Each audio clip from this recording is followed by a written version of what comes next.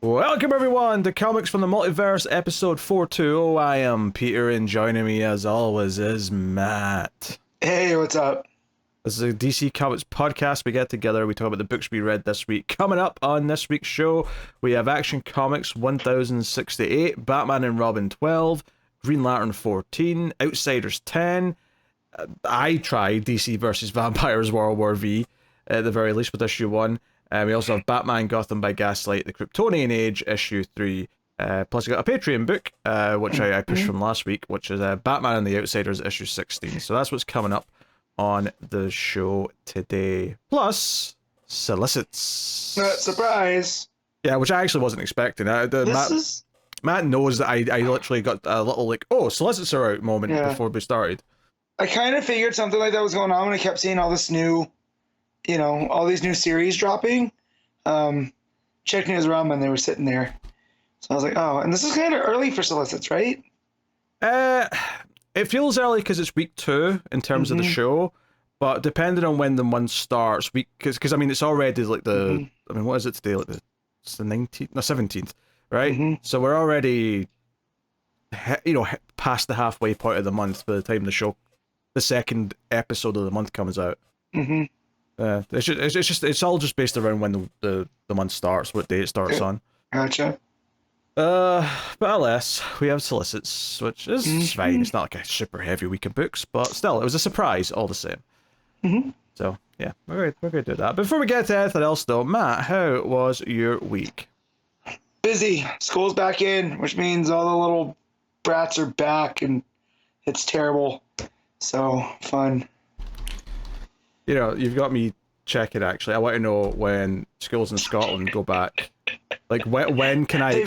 They've been back. They've been back. You just didn't realize it. No, I don't think so. I think it's this coming week. I think the kids are back in school on Tuesday. So on a Tuesday. That's a weird. Yeah, because the Mondays are in service day, so the staff go back on Monday and have meetings and stuff, and then the kids go back on the Tuesday. I know. Staff's been back for a couple weeks.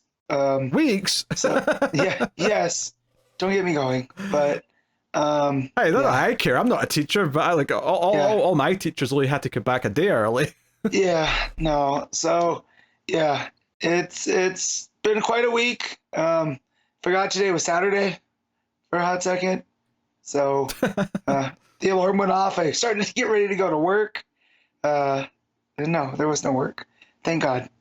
So, well, that's better than you thinking it's Sunday and getting to like the time we start the show and me being like, Matt, where are you? It's go time. Yes, no. I could have used some more sleep because I went to a local wrestling show last night. Didn't get home till after midnight. So yeah, fun times. I mean, so I'm gonna be in the Pete spot of being a little bit groggy today. Oh, I'm not too bad today. I had a decent sleep, and I was up early, admittedly, so I've been up for a while. But I had some clunky sleep during the week where I was sort of like all over the place. I'd have like an awkward nap, and then I couldn't sleep for like 20 hours. So then I'd be feeling like shit the next day. There was a bit of a turmoil there. That said, though, I have had a terrible week, and I'll tell you why, Matt. Just the stars aligned. All the movies I had to watch for recording reviews this past 7 days, right? So going back to last Sunday, I had to watch The Last Starfighter, which is a thoroughly underwhelming, mediocre movie. I've been afraid to watch it with adult eyes because I used to love it as a child. It's right from the blue font against the stars at the start, you go, oh, they want to be Star Wars. I see what they're doing with this, and then it goes from there. Enough. Right? Still, though, best thing I've watched in the last 7 days, admittedly, but... Oh, no! But not good. Didn't like it. Right? Monday, had to watch Tarot for streams. Which was a shitty horror movie that came out earlier this year. Yeah, I didn't even know it came out until I saw you were watching it. So, yeah. Yeah, so that was Monday. Tuesday, had to watch Rocky 5. Okay. I mean... It's rough. It's rough. It's not good, but, again, I haven't seen Last Starfighter since I was a child, so, It's rough, okay? Right? It's the only Rocky movie that I think is bad. Okay. And then on Thursday, I had to watch Resident Evil Apocalypse. What number is that? That's the second one. Okay. All right, and that's a turd. And then to Yep. cap it all off, to just cap the week off, Friday, what did I get to watch for Extra Reels? Which, for context here, Extra Reels is the show that we do on Patreon once a month. I do with David, where we do some of the worst things ever made. I watched Leonard Part 6. What is Leonard Part 6, you might ask? It's a Bill Cosby movie from 1987. Isn't it a take on all the spy stuff? It is. Although I didn't know that going in. The poster made it look like a space movie. He's in like a silver suit and he's holding the planet Earth in his hand. That made me think Spaceman. Yeah, I've never seen that poster, but I'd always seen the poster. He looked more like a detective kind of guy. I got confused as a child for that way, not a spaceman. His outfit is a shiny silver suit, and he's got like this helmet. It's like a sort of super bicycle riding helmet with like a pointy back. And do you know what the plot of that movie is, Matt? Just to give you a taste. The plot of that movie is that an evil vegetarian named Medusa has developed mind control powers and causes regular, otherwise harmless animals to start murdering CIA agents. I'm not mad at it. It sounds pretty, I sound like I'd be on her side. So, there you go. I won't say any more, but if you want the full details on Leonard Part 6, join the Patreon next month. How much cocaine was consumed for someone to think that movie was a good idea? Well, I don't know, but Cosby wrote it, produced it, and starred in it, so... Do you know who the cinematographer was? I do, Jan de Bont. I noticed his name. Yep. Plus the villain's played by Oracle from The Matrix, so that's a thing. But yeah, Wow. Very rough time, very painful. It started out at 4 out of 10 and then fell considerably as it went on, which is pretty diabolical. So yeah, I've had a terrible, terrible week. So not only does Alien Romulus have to make up for lots of bad Alien sequels, it now also has to make up for my horrendous week of movie watching. So, no pressure. No pressure, Alien. That poor xenomorph. So, all the weight of the world. It's fun times. But anyway, so that's what's going on with me. Misery. Pain. Normally, I would, but normally I'd be happy about this. But that is a rough week of movies. Let's get into things, shall we? We got the top 10 of the list, formerly known as the ComiXology top 10, but is actually now the Kindle top 10 as of now at the time of recording. Yes, that's it. That's what we're doing. And of course, just to remind you, I'll stop saying this soon because we'll just be used to it. But it's mixed again. We're not separate days anymore. So Matt, what do you think was number 1 as of right now from Wednesday? I'm gonna guess X-Men number 2. That is incorrect. Oh man. Is it Ultimates 3? Nope. What? Oh man. X Factor 1. I just had to scroll a little bit down. Wrong. All right, 3 strikes, you're out. What was number 1? Transformers 11. Oh man.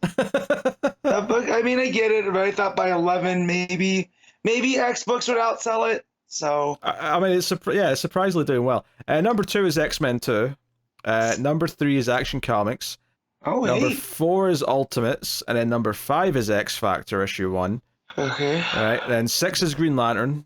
7 is Absolute Power Task Force 7 issue 4. 8 is Gotham by Gaslight, the Kryptonian Age. 9 is Batman and Robin, and 10 is DC versus Vampires World War V. So, Wow. only one DC book in the top 5, but all of 6 to 10 were DC. So I don't know if that chalks up to an overall win or what. But... Yeah, I mean that's 6 to 4, right? If we're keeping count. Well, 63 because Transformers at Marvel. That's right. So yeah, I would consider that a win. So, yeah, but yeah, not too bad, not too bad. Yeah, nothing super exciting to see. I guess it's nice that Gail Simone's action issues are doing reasonably well. I just wish they were better for, for all the people reading them. That's all. Wait, did you not like the last Action comics issue? It's fine. There's something that feels off. We'll talk about it when we get there. Okay, but me and Connor were quite positive on the last issue, Matt. If I recall correctly. I wasn't here for that one. Yeah, better than anything Williamson's wrote in the last 2 years. I mean, come on. It's also better than the art Jason Aaron did in Action Comics earlier this year. So I don't know. I feel like by comparison, it's nailing a lot of things. So it's probably my own expectations when it comes to Gail and Superman. So again, we'll talk about it when we get there. Okay, seems like we'll have some thoughts. But before we get to that, though, we do have the November solicits with some stuff we knew about sliding in. I think there's a couple of things we didn't know about in advance. So we'll work our way through as we always do and see how things go. So first up, Justice League Unlimited issue 1, Mark Waid and Dan Moore. We knew this was coming. Obviously, it was announced previously at Comic-Con. We have... I mean, I don't think we had a cover before, but we definitely have some covers now. If you want to have a swatch we around. have the second cover, which was the That's right. I remember that kind of vibe. But the rest of it is all newer. Yeah, the first that Dan Moore cover, pretty nice. Yeah. Yeah. No, I mean, they're mostly pretty good. Oh, there's a nice one where they're all kind of standing, looking off to the side. That's all right. Yeah, some nice covers. That's a Howard Porter cover, if I was to guess out of those names. Alright, so yeah, obviously we're excited for that. Big names, big book. It's nice to have a Justice League book that I want to read again.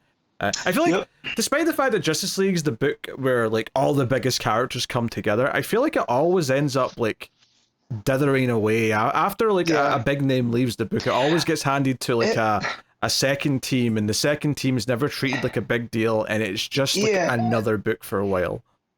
Yeah, and that goes back for as long as I've been reading comics. Because I remember when Brad Meltzer came and did his, they were bringing back the Justice League. It was no longer Justice League of America. And then within 3 arcs, it was kind of, he was off of it. They threw someone else on. It was, some B-listers on there. So hopefully though, that Wade has some momentum. So we can get a nice, decent run. I mean, sometimes it's a long run. I mean, Scott Snyder had a long run in the book, but it, like, as soon as, I mean, I think it even ended when he was done, to be honest, but, like, there's definitely examples where, like, a new team will come on and it just kind of gets left to obscurity and feels like a C-tier book all of a sudden. I'm like, there's no reason why a Justice League book should feel like a C-tier book, but... No. Oh, well. That's a flagship, I mean, it should feel like a flagship, but it doesn't always. So... Anywho, we got Absolute Batman issue 2. Snyder and Dragata, as we know about. It's a fun cover. Yeah, it's a nice cover. Yeah. Then we got Absolute Superman issue 1. I don't think I actually realized that wasn't in the last solicits, but I guess I guess here it is. Justin Hour and Rafa Sandoval, of course. So we'll see how that goes. Absolute Wonder Woman issue 2. Kelly Thompson and Hayden Sherman. Yeah, that's a very Final Fantasy VII-esque sword that Diana's wielding on that cover. That is a huge sword. Yes. Interesting. Detective Comics 1091. So, obviously, Tom Taylor's on a Bat book. Pump for that. It's a good cover as well. The second cover's quite nice as well, actually. Couple of them, too, yeah. Batman 155. How does he keep doing this? What? What is it? It's Jorge Fornes on art. Oh, that's what you mean. I thought you were mad about something. No. How does Zdarsky keep scoring like the best? I understand with Tom King, right? There's a bit of prestige that comes with working on a Tom King book at this point. As soon as you said it, I looked down at the description to see it because I was expecting the words, this is a special Ghostmaker focused issue or something like that. No, just Fornes on a Bat book though. Like, let's go. But then it's Zdarsky. Hopefully it gets better. Well, that's all I can keep hoping for. Second cover with them fighting the Court of Owls in the snow looks pretty nifty. Yeah, it does. That said, I'm a fan of the Court. So sure. But I don't really care what they're putting in it. I don't trust Zdarsky to do a good job. So I know. I'm trying to be positive. Try not to drag it down. I mean, who knows? Maybe after Absolute Power or after absolute power. After that's done, maybe it'll be like a fresh start and it'll be away from all the crap that I didn't like. But we'll see. We'll see. Well, Fernandez is only on it for an issue, so because then it goes to the next solicit, and it's Tony Daniel. Well, that's fine. Well, that's worth mentioning. There's a second Batman issue again. Like that's at double shipping. I think 2 months in a row. So I guess that's them saying Batman sells a lot. We want that money twice a month. So fair enough, I guess. Which I don't mind double shipping anyway. Like, I liked it back at the start of Rebirth for the most part, but it just kind of depends on how they handle it more than anything. Yeah, and it doesn't, as long as it doesn't feel too overwhelming. At a point, some of the Rebirth stuff started to feel overwhelming because there was so much of it at one time. But 1 or 2 books double shipping is fine. And then we got Batman Uncovered issue 1, which is just a cover collection. Batman Off-World issue 6, so finally getting to the end of Aaron's Batman story. That's a thing I forgot that we were kind of enjoying. Yeah, I'm still looking forward to it. The gap between issue 4 and 5 has been weird, but yes, we'll see how it goes. Superman 20, Williamson, and somehow Dan Mora also drawing this issue. But fair enough. Then we have Wonder Woman issue 15, Tom King with Daniel Sempier and Carrie Randolph. I'll assume that's on the backup for the second artist. But yeah, obviously looking forward to that being back to its regular programming, as if you will.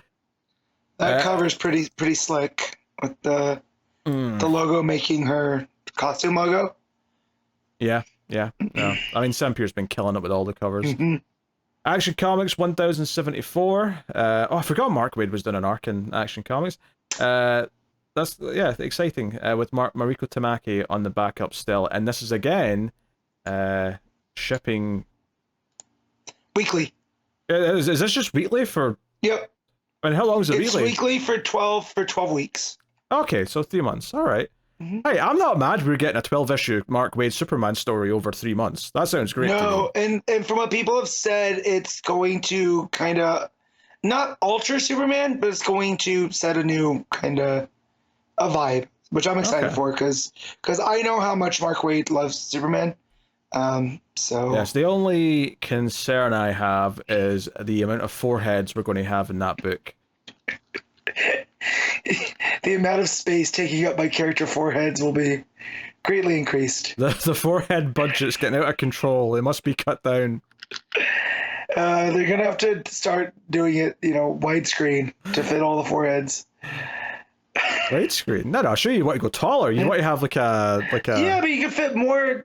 If you turn the book sideways, you can fit more. So you're reading it vertically or horizontally. You know what I mean? Flipped. Yeah, you're flipping it. Yeah. That's what I meant by widescreen. Again, I am tired, guys. Thanks for bearing with me. Yeah, because I remember last month it had like the 4 issues, and I thought, wait, is this like a monthly event, and then that's just all the run? But I hear it's 12 issues. It reminds me actually of speaking of Tamaki, it reminds me of Detective Comics The Tower. The Tower. Yeah. That's a fair comparison, honestly. And Tamaki being on the backup for the whole thing's cool. Although I am seeing Williamson's name creep in one of them. So we'll see what that is. Unexpected Williamson. It's just one of them. It's just 1075. It goes back to just Wade and Tamaki, the issue after. So hopefully all is well. But yes, probably a slight crossover with what's going on in Superman, if I had to guess. Yes, unfortunately, yes. Yes. Catwoman 70. We have a new writer on this. Torun Grunbeck. Well, that may have been a new writer last month as well, to be fair. Torun Grunbeck, yeah. But not Tini Howard, anyway, is the point I was getting at.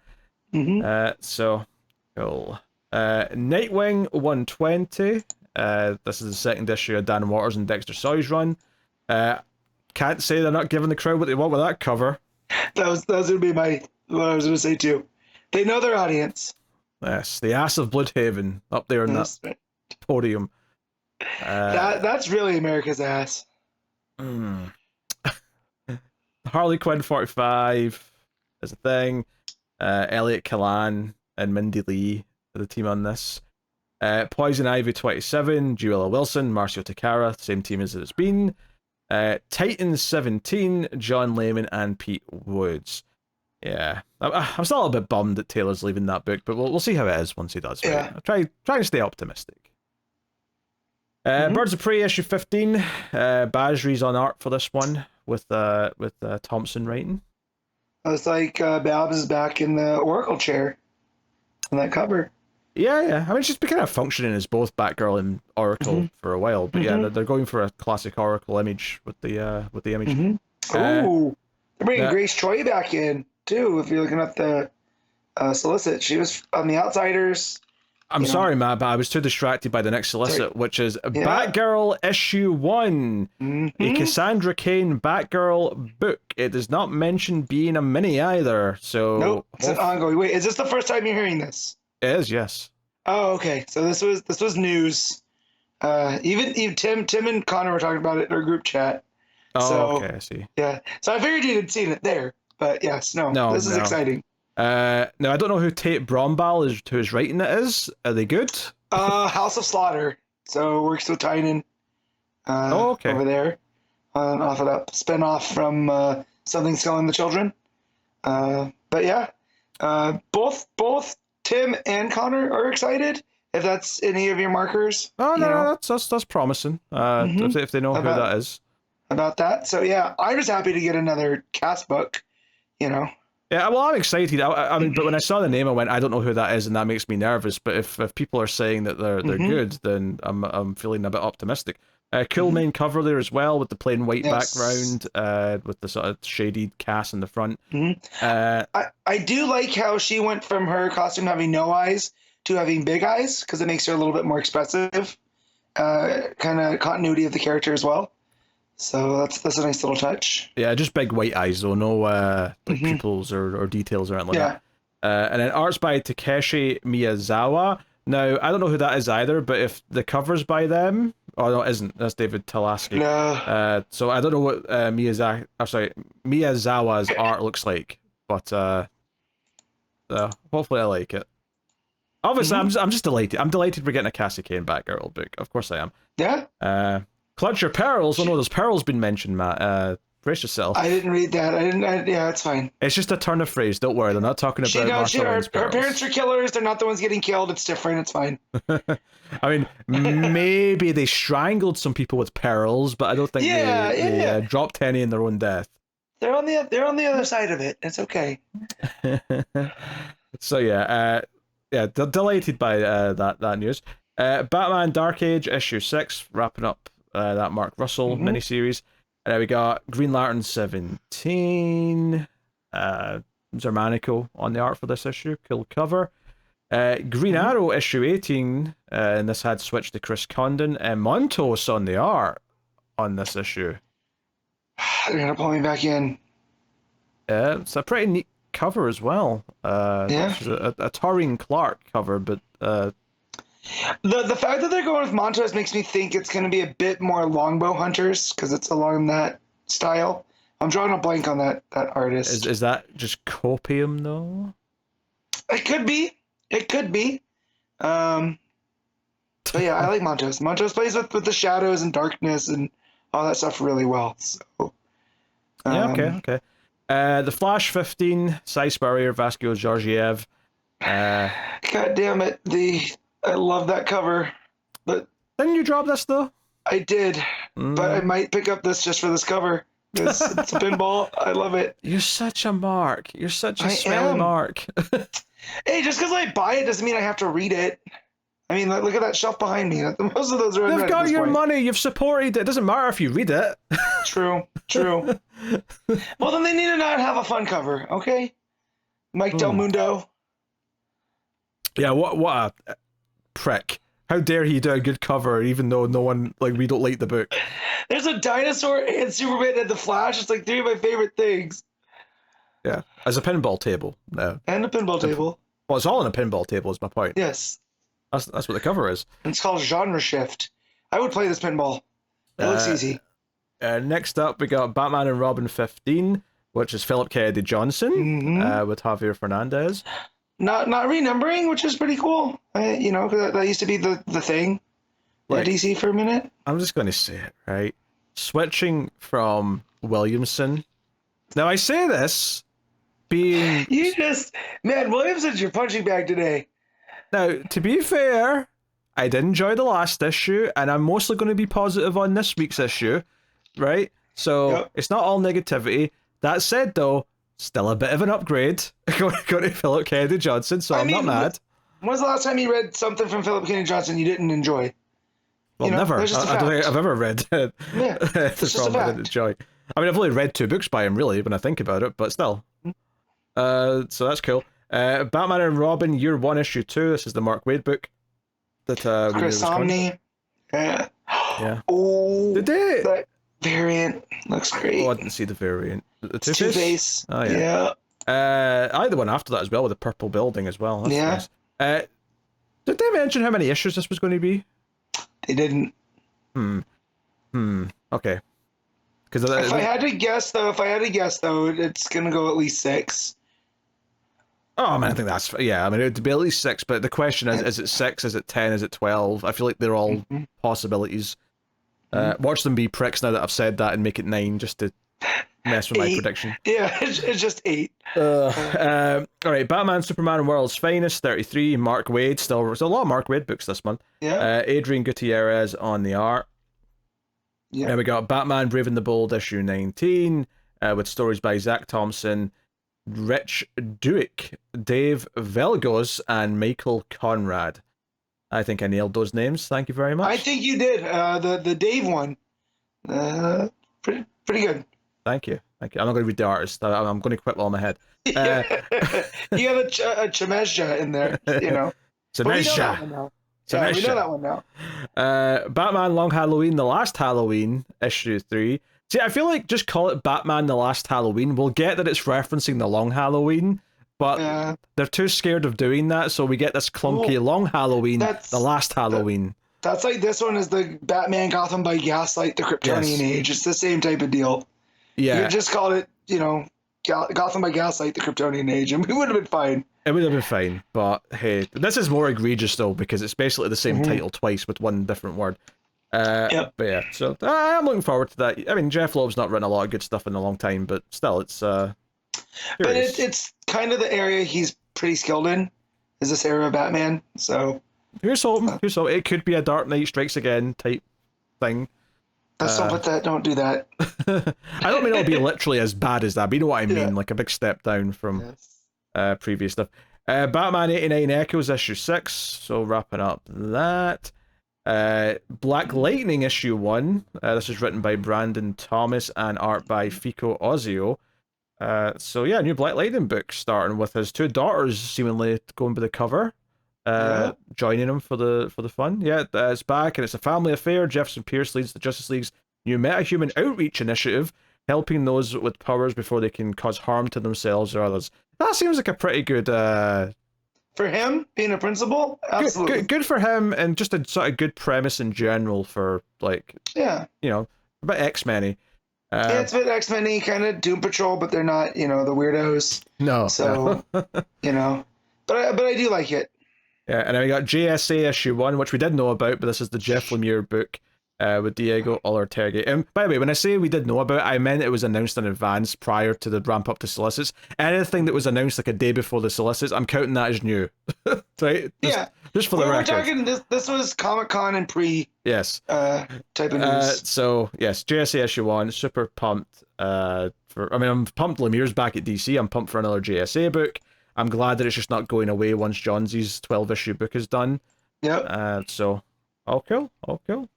Plus slightly different rosters, fun. Black Canary, Best of the Best, issue 1. Tom King and Ryan Sook, 6-issue miniseries. My, what have I done to deserve such a thing? Yes. The match of the millennium is Black Canary versus Lady Shiva to determine who is the single greatest hand-to-hand fighter in the universe. Who will walk away with the title? Find out as writer Tom King, blah, blah, blah, blah. And Ryan Sook goes 6 rounds for see who it takes to be the best of the best. I mean, all I could think, though, but Cassandra Cain is the best hand-to-hand fighter at the DC. So, from what Tom King was saying when this got announced earlier in the week, that Ryan Sook kind of came to him for this idea. Oh, okay. After working on some of the books. And so, so they're running with it. And if I had to guess, it's going to kind of be more of a showcase of what Soot can do. Sure. And I'm here for that. I love a good Canary story. And now you're going to throw Shiva in there. I'm sure we'll get Cass, popping in at some points. So. Yeah. No, I mean, I'm cool for that. I mean, that's assuming no, it's in continuity. Like a lot of Tom King minis, I could see this being like set before Cass is even a thing. That could be too. Yeah, this could be early days, kind of them. I could see that. So no, I like the cover with the black background. The other ones are a little bit cartoony for my taste, but that's okay. Yeah, that's okay. The question all along the Watchtower. What is this? Alex Segura writing with C and Torme on the R.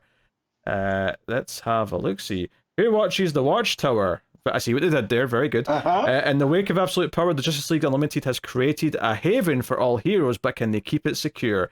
Enter Renee Montoya, reeling from an abrupt end to her time in Gotham and looking for a place to hang her hat. But the Trinity didn't bring her up to the Watchtower to relax. There's a dark threat building or bubbling underneath the surface, and the Question and her ad hoc support team stand a chance of figuring out what the problem is before it's too late. We're getting a Renee Montoya question book. Not only that, but when they hinted that she was the sheriff of the Watchtower, this is what I think they were referring to. Yeah. So I'm excited for this. This is exciting. This is good. I don't know if I've read much from Alex Segura though to have an inkling as to how I feel I'm about familiar that. with the name. I think he's written stuff in those anthologies that we get. But this is another thing that was announced a little bit earlier in the week, talking about coming heavily from Rucka era of Renee.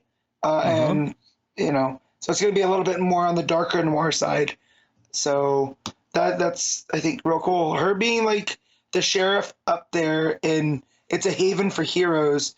I'm wondering, what exactly that means with the wording. Is it going to be a haven for all superpowered people? After absolute power, or what? I think the premise sounds cool. I like that Montoya's got something to do in like with the new status quo. So I hope it's good. Like I'm going in with the best of hopes. Do we think that Gordon's back as commissioner then? If her time as commissioner was abrupt, or do you think we're gonna have someone new in Gotham? That seems the most likely outcome. But at the same time, they could pull a swerve and say someone. Like, they could appoint someone. I don't know. Bring in Maggie Sawyer or something from Metropolis. I don't know.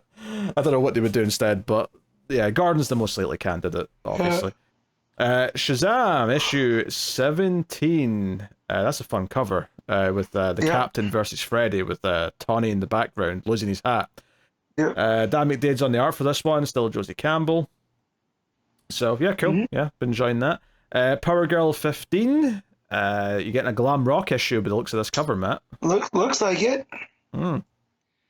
Adriana Mello on the art still, so that's cool. Oh, did you quit this? No. No? Okay. I don't think so. We'll find out next issue. Definitely Flash. Flash I've done. We'll see. I think I said it depends on how many books. If it's a busy week, I'm not going to make it a priority. But yeah. Multiverses, Collision Detected 5, and also issue 6. It hurts me that they keep getting Brian Q. Miller back to do a DC book, but it's always these weird like tie-ins to things I don't care about. Do you think that's him though? Him's like I don't know. I just want to write little tie-in things. Maybe there's more freedom in it, or maybe the schedule's like easier or something. I don't know what it is, but like whatever. We don't know. Does he write for anything else? Is he like a? I have no idea. Like a fiction author, I don't know.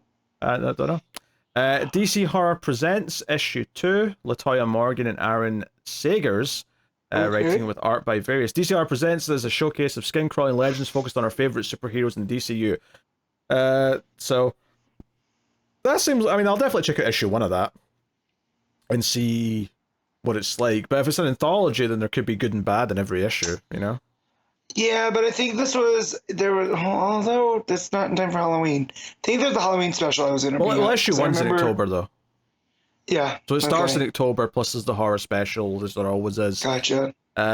Now, obviously, the big 80, 100-page specials we tend to skip because they're a bit of a chore to fit in a week with other books.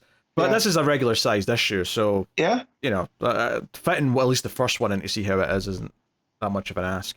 It's not out of the ordinary. And then there's DC Horror Presents Creature Commandos, issue 2. Again, this is from the guy who spoke to the devil on late night TV. So that's him. Yeah. My Adventures with the Superman, issue 6, which is the final issue of that. And then there's the Penguin Special, which is a 64-page one-shot with stories by Jeremy Adams, Bill Finger, Alan Grant, and Jason Aaron. I suspect that one of them is an old story. Just a sneaking suspicion.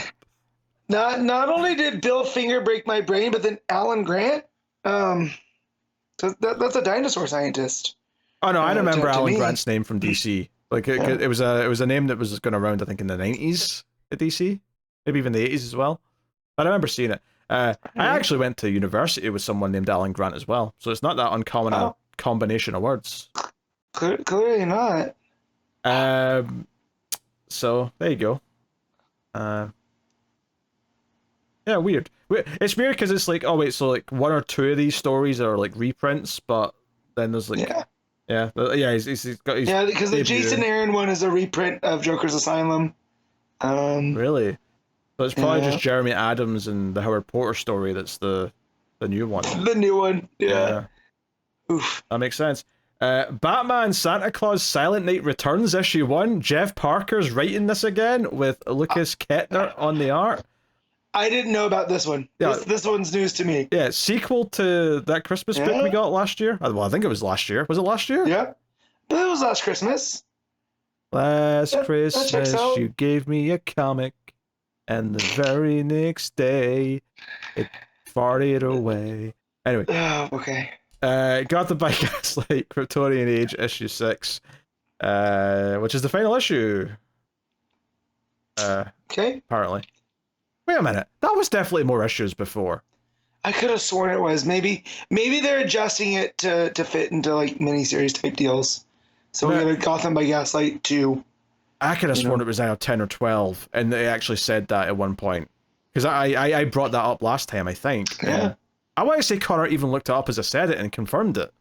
So, yeah, I don't know. Maybe they're going to like call the next one like Gotham by Gaslight the something issue 1 onwards. Yeah. Yeah, weird. Okay, that's weird.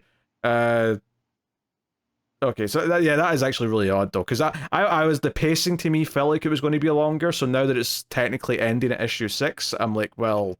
Yeah, what's going on there? So, I mean, we'll see what the solicit says for the month after. Because we're half through it now, as of this week. So.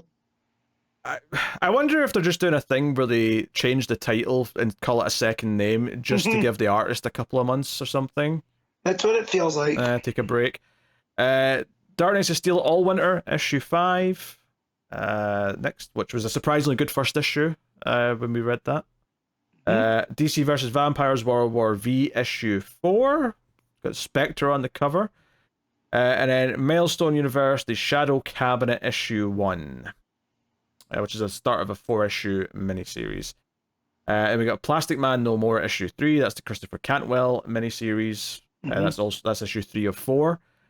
And then we got Batman Full Moon, issue 2. I forgot that we're doing a Batman and Werewolf book, but here it is. Yep. It's very exciting. Yeah. If it wasn't for Batman's face being kind of wide looking, that would be a really cool cover. Yeah. John Constantine Hellblazer Dead in America 11. Jenny Sparks issue 4, which is the Tom King and Jeff Spokes book. Nice House by the Sea issue 5 of 12. Little Batman month 1 issue 1. And then we got Batman Scooby-Doo Mysteries 11, Looney Tunes 281, Mad Magazine 41, and then some facsimile additions to wrap up the single issues. Which then leads us into the collections, which I'll just go through quickly. Superman 100 Project, with stories by several people. The 100 plus original covers to DC Comics Superman 6 are on display in this great book. Wait, Superman 6 specifically? Why Superman 6? What was special about Superman 6? I do not know. Okay, that's weird. DC Power 2024. Kneel Before Zod, softcover.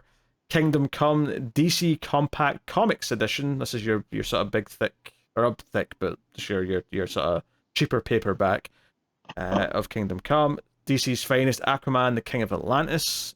That's your big 600-page collection. DC's Finest Supergirl, the Girl of Steel, which looks like her debut in the Silver Age. Mm-hmm. Then we got 52 Volume 2 New Edition. This is the 600-page softcover. And then we got Batman Volume 3 I Am Bane, reprint and softcover. Batman Battle for the Cowl, the complete collection in softcover, which is 436 pages. Mm-hmm. We got Swamp Thing by Mark Miller and Phil Hester Omnibus. I have to admit, I don't think I knew Mark Miller did a Swamp Thing. I didn't either. Fair enough. It was issue 140 to 171, so it's a bit after Alan Moore's, the sounds of it. A good bit after. Stormwatch: The Road to the Authority Compendium by Warren Ellis. That's a 680-page paperback. And then we got Blue Beetle Volume 2, softcover. Birds of Prey Volume 2, softcover. Batman Scooby-Doo Mysteries Volume 5. And that brings an end to the November solicits. So, I didn't even know there were solicits, and then over the course of this little journey, I've discovered a Cassandra Cain Batgirl book. And a question book with Renee Montoya in it. So and another Jeff Parker Superhero Christmas. Yes, that one's a bit of a weirder one, but I'm happy all the same. Happy to take these discoveries. So cool, some nice surprises in there. Yeah. All right. Interesting that Absolute Green Lantern hadn't been solicited yet, but now that I'm thinking about it, I do remember them saying that was going to launch in December. So I think that's actually what they said to begin with. So that's just me just realizing where's the rest of our new Absolute books, and no, they actually said when the next one was coming. So only two are launching in October, then Superman's launching in November, and then Green Lantern's launching in December. Any bets for Flash in January, hopefully? Yeah. That'd be the smart bet. Yeah. Well, I feel like if you're doing more than the Trinity, then I feel like you go to 5 and you do Flash and Green Lantern. So he's the one left that I would expect at this point. Yeah. That said, though, I can see them doing a couple other ones as well that are maybe weirder picks or just something a bit different. But cool. All right, there you go. That's the November solicits. By all means, tell us what you're excited for out with that list. Some interesting stuff there. So we'll get into the books. Action Comics 1068, Gail Simone writing with Eddy Barrows on the art. So, yeah, Superman is up with this ship that's been suspended above Metropolis, and it's falling down to kill thousands of people, and the nuclear reactor on board is probably going to murder, thousands more. Yeah, it's not just that it's going to take out Metropolis, but the whole eastern seaboard, right? Because of the nuclear element, and these guys kind of double backed on Superman, where if he played their game, they'd cooperate. So typical Superman stuff. I mean, to an extent, I like one of the things I was really praising with the last issue of this is I really like how, to go along with the early days story and the older looking outfit, is that the narration feels very old school, being in the third person, and I really like the vibe that gives all of this. And I think, despite the fact that this group of aliens that are threatening the world, and Superman was asked to help this other planet, and now Earth's being threatened alongside them, I think the writing does a pretty solid job of making it feel like a big deal pretty much all the time. There's a lot of nice moments in here. So Superman's obviously worried that he can't actually pick up this entire ship. One, he's never actually tested his strength enough on something this big, so he's not even sure if he can physically do it. But he's also worried that even if he can, with all the pressure going on to one point in the middle, just snap it off and cause more damage than it's worth. I think that's really fun. But I really like the moment where it actually goes down into the water and everyone's sort of waiting to see if he's okay. The aliens are convinced he has to be dead. Lois and Jimmy are like, he has to be alive.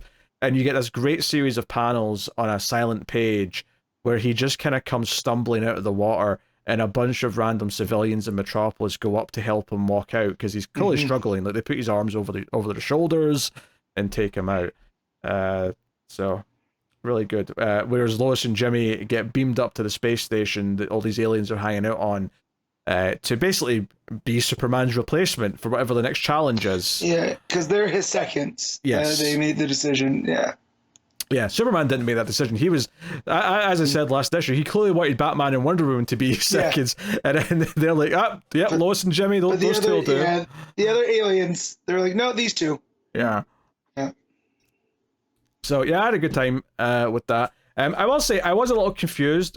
There's like a tease of Kandor in the middle. After this 2-page layout where Lois and Jimmy arrive in the space station, there's just this random page of Kandor looking kind of rough. And I realize in hindsight, it's actually not like inside the Bottle City. It's just like the podium at the Fortress of Solitude, and all of Superman's robots have been destroyed. I think the problem okay, I did the same thing. Yeah. The problem is in the first read, is that because they hadn't shown what obviously I know what the Fortress of Solitude looks like, right? But Superman having robots, like, are they just like Kellex? Are they like this, where these look more like Terminators with like S's on their chest? Yep. Because I don't think we saw them. Maybe we did in the last issue and I just forgot. But it didn't click that this was just, they've stolen it from the fortress. That's what this is telling us. Yeah. But it wasn't until I actually saw the Bottled City later that I got that. So, but maybe that was just me having a dumb moment. But you also had the dumb moment. No, because I did the same thing because I got very confused. I was like, wait, what's with all the Superman robots in Kandor? Like, what did I miss? Something felt off. And that makes much more sense. Yeah. So, they're setting up this next trial. And, of course, Superman does show up. And he's given this whole task where he has to go and rescue the Bottled City of Kandor. And there's all these, like, arms with buzzsaws that are all, like, I don't know, enhanced with like red solar energy or something like that. I don't know. They said something to that effect. It says 12 deadly arms, Earthman, each with a supercomputer intelligence. So essentially they know his moves before he does. It's an impossible task. Yeah, but also if he fails to save it, they'll also like nuke Paris and another city. Yeah. I couldn't tell what the other city was, but another city. It just says 2 cities, pointed at 2 cities of Earth. Yeah. So, but one's obviously Paris because of the Eiffel Tower. Yes, because the Eiffel Tower, yes. Yeah. Or, I mean, I guess you could argue Blackpool if it's a smaller tower, or there's a lot. No, because it looks like Paris. It looks like the Eiffel Tower. Yeah. Or Vegas has got a little Eiffel Tower somewhere, doesn't it? Yeah. No, they do. Yeah. Okay. Yeah. All right. Well, of course he does it. Actually, his technique ends up being to throw his cape over the Bottled City, which of course is made from Kryptonian fabric.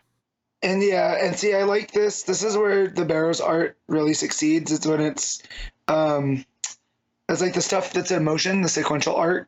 When the page where he goes 1, 2, 3, and you follow Superman across the page with all of the the arms, and under other artists it could be very chaotic, but Barrows has a good sense of flow. Yeah, it's a really solid page where it really sells this idea of him going through this gauntlet and trying to do everything quickly. But yeah, he rescues the Bottled City, and he's badly beaten, his hands held up, and the villains are pissed. But he's like, well, there's one more challenge, and there's no way he's going to pass this. And the final tease is the bad guy saying, get me the Daxamite now. So that's our big tease leading into the final part of this arc. All Superman's going to need is some lead. That kills Daxamites. Kills them dead. Yeah, but if they're trapped on this station, maybe this station doesn't have any lead. I mean, it is an alien space station after all. Maybe. So, but it feels very ominous at the end. But yeah, there's just the thing that's not working for me on this is that it feels like it feels timeless, and usually that's not bad. But just with everything else that's going on, I'm having a hard time kind of placing when the story is taking place. Because their clothes, it seems very 60s, 70s, you know what I mean? And it just feels almost like not an Elseworlds exactly, but just like, again, what time period is this? Because then you also have a nuclear aircraft carrier and stuff. So I appreciate Gail, playing within the Superman mythos and kind of pulling things from everywhere. But it just makes it a weird read for me. Yeah, no, I can say I agree with that. I think the timelessness works really well. I don't think it's meant to be any specific time period. They're kind of just implying it's the early days of what we currently consider continuity. In the same way that Mark Waid's stuff is kind of meant to be the early days of current continuity, even though it feels weird at times because they pull out smartphones and you're like, wait a minute. Yeah. But like, again, it's not, I don't think this is bad. I think my expectations were just too high for Gail. I'm like, because it's fine. You know, that's so strange to me though, because I like Gail Simone's good, but like I think she's kind of hit and miss. So I never go in with like super high expectations. And I was pleasantly surprised by this because it had such a strong sense of style and a voice that it was going for. It was trying to feel like this old school Superman story and kind of look at him with some reverence and some sense of wonder. And it's something that I think's been sorely missing from all the other Superman books. You know, that action included, and also Williamson Superman in the last like year or two. Yeah, the sense of awe that he has here, like the page that you're talking about that's silent, right? That's just him emerging from the water, and then the people surround to help him, you know, and then the action sequence here with Barrows. There's just these big moments that just feel like Superman moments, and I think she's good at that. And the other times that I've read where she's written Superman, she's shown that she understands that. So that's what I came in with, because I really liked the first issue. I thought that was like a very typical Superman story, that someone's just coming in and, you know, hey, I have this one, it for whatever reason, it felt a little bit off for me, but yeah, I enjoyed it though. Yeah, I enjoyed it immensely. I don't have any caveats to give. The art's good. I like Barrows giving a little bit of a moodier vibe to things, which is a little bit different for Superman. Not in a sense that it's overly changing the tone of Superman, because like I say, that sense of wonder's still there. It just gives like an old school kind of feel because it has the heavy shading. Also, one thing we didn't mention is that Lex Luthor's clearly concerned about what's going on, so he actually hacks into Jimmy's Superman watch and says, "All right, Olsen, you're up there. What do you need? I'll help you like solve problems." So Lex is going to help Jimmy hack into something properly and like help Superman out somehow. So that's interesting. Yeah. I had a good time. You know, it's not going to be an all-timer story by any means, but I think as a 3-issue arc, like I'm enjoying this way more than I did Aaron's 3-issue arc. Certainly more than, I mean, Williamson was just a tie into Superman, but he basically just used 3 issues of action to have more issues of Superman. Yeah. And then what did we start the year with? Was Jason Aaron wasn't first, was he? Jason Aaron was the first. It was the Bizarro. It's gone from Bizarro to Brainiac to this. Okay, well, yeah. Out of the Superstars year, this has definitely been the best of the. It's the last one. Well, no, it's not the last one, because next month will be September. Oh no, it's the last one, because October starts. Yeah, because the Wade takes over. Yeah, okay. In October, right? I don't know if they're still counting that as part of the Superstars line, or if it's just no, we're at a new thing by that point.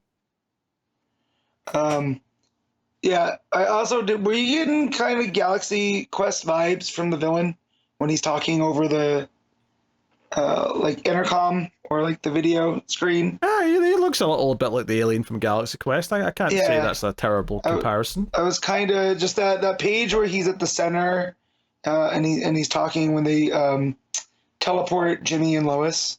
I was getting kind of saying, "Oh, this guy like Galaxy Quest." Yeah, I can see a bit of that. So I had a good time. I did not read the backup. Oh, did you read it last time? I don't think so. Okay, so in that one, it's Clark did okay. One sentence at a time, dummy. Did Connor read it? Do you have any idea of what it was about? I don't remember.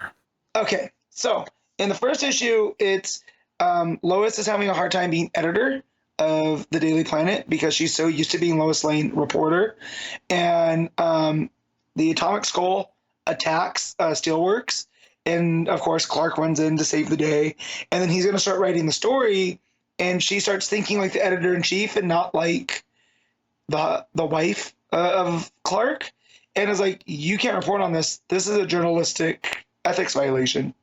You can't write on the stuff you're going and doing. He's done that before, but yeah, go on. Right. And so, as looking at it as the editor in chief now, she feels responsible for anything. So she turns and gives it to an intern who she now elevates to an actual reporter. So this issue starts off with Clark essentially pouting, and they're having dinner with John, and the tension's palpable. And Clark gets up from the table, and John's like, you guys kind of argue, but never about work. And Lois is like, well, I've never been his boss before. And then so Clark keeps kind of giving her the silent treatment, and it's very awkward. And so she changes Clark's assignment to kind of like human interest stories. So she sends him and Jimmy out to cover like this old veteran that's getting a medal, and the parade, and a dog show. And there's some comedy throughout here because Jimmy's picking up on the tension, and he's trying to guess like why they're fighting. And he's like, well, did you forget Lois's birthday? Did you space out when she was talking about work? Did you accidentally call her Lana? And it's a real fun page because they're all in the same position, just with different things going on. And all Clark says is, take the picture, Jimmy. They send, Lois sends him to cover this girl that's trying to set the pogo stick record. And it's 150,212 bounces, but she's only at number 500, right? So it's going to be there for a while. Jimmy gets a call that Atomic Skull's back doing stuff, so Clark leaves. Jimmy and the new reporter are in danger, so Superman comes in to save, and the new reporter almost pulls a Lois, where as he's saving her, she's like, hey, can I ask about the first time you encountered the Atomic Skull? And Superman gets so moody, just drops them off and leaves, to which she asks Jimmy, so is that like a no comment? And then Superman, heads off. So I really am enjoying this story because we're getting kind of some uncharacteristic yet understandable it's uncharacteristic character stuff with Superman. Just because he's so used to being the golden boy, right? And him and Lois have a pretty good marriage. So the fact that she's pushing him at work and not allowing him to do what he's always done, and it's messing kind of with his headspace. And it never gets, in the way of him saving the day or anything, but he definitely does not enjoy being a reporter right now. So yeah, I enjoy it. The art's very, it's kind of Phil Hestery with the heavy lines and kind of square builds on everything. And it lends itself to like these easy, even layouts. So the story's told pretty effectively. The expressions they're all there. Like, again, Superman's pretty stone-faced throughout, so his expression doesn't change, but you can tell he's kind of upset and brooding, which is not typically him. That's Batman's thing. So, yeah, but mostly an enjoyable story. So, yeah. All right. Well, guess we'll rate Action Comics. What are you giving the book, Matt? I'm at 7.5. Yeah,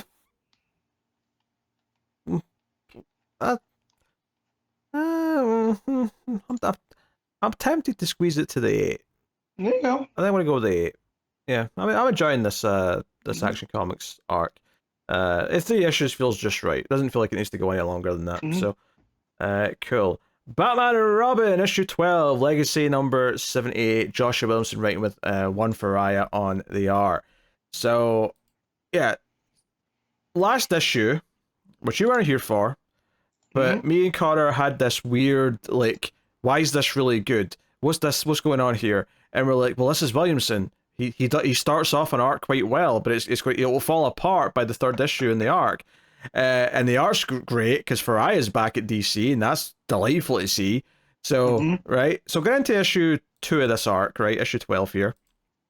I'm like, okay, can he not mess it up? Can he keep it as strong as it was? Can he walk that tightrope? And the funny thing is that I think the art's fantastic again here. I think the entire confrontation with Robin and Bane is great. These little flashbacks that are going backwards in time of moments that Damian had with Alfred. You know, you've got the city of Bane. This arc starts with Bane? Oh, you're not reading this, are you? No.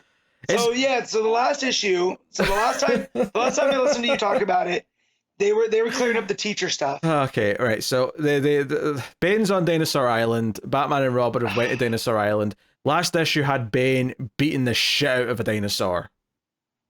Well, I don't approve of that, but you know what? You stop there. I'm gonna half listen because I'm gonna get caught up now. Yeah, Bane and dinosaurs. So, yes. And the Ferreyra art on that was. And then the Ferreyra there too. Yeah.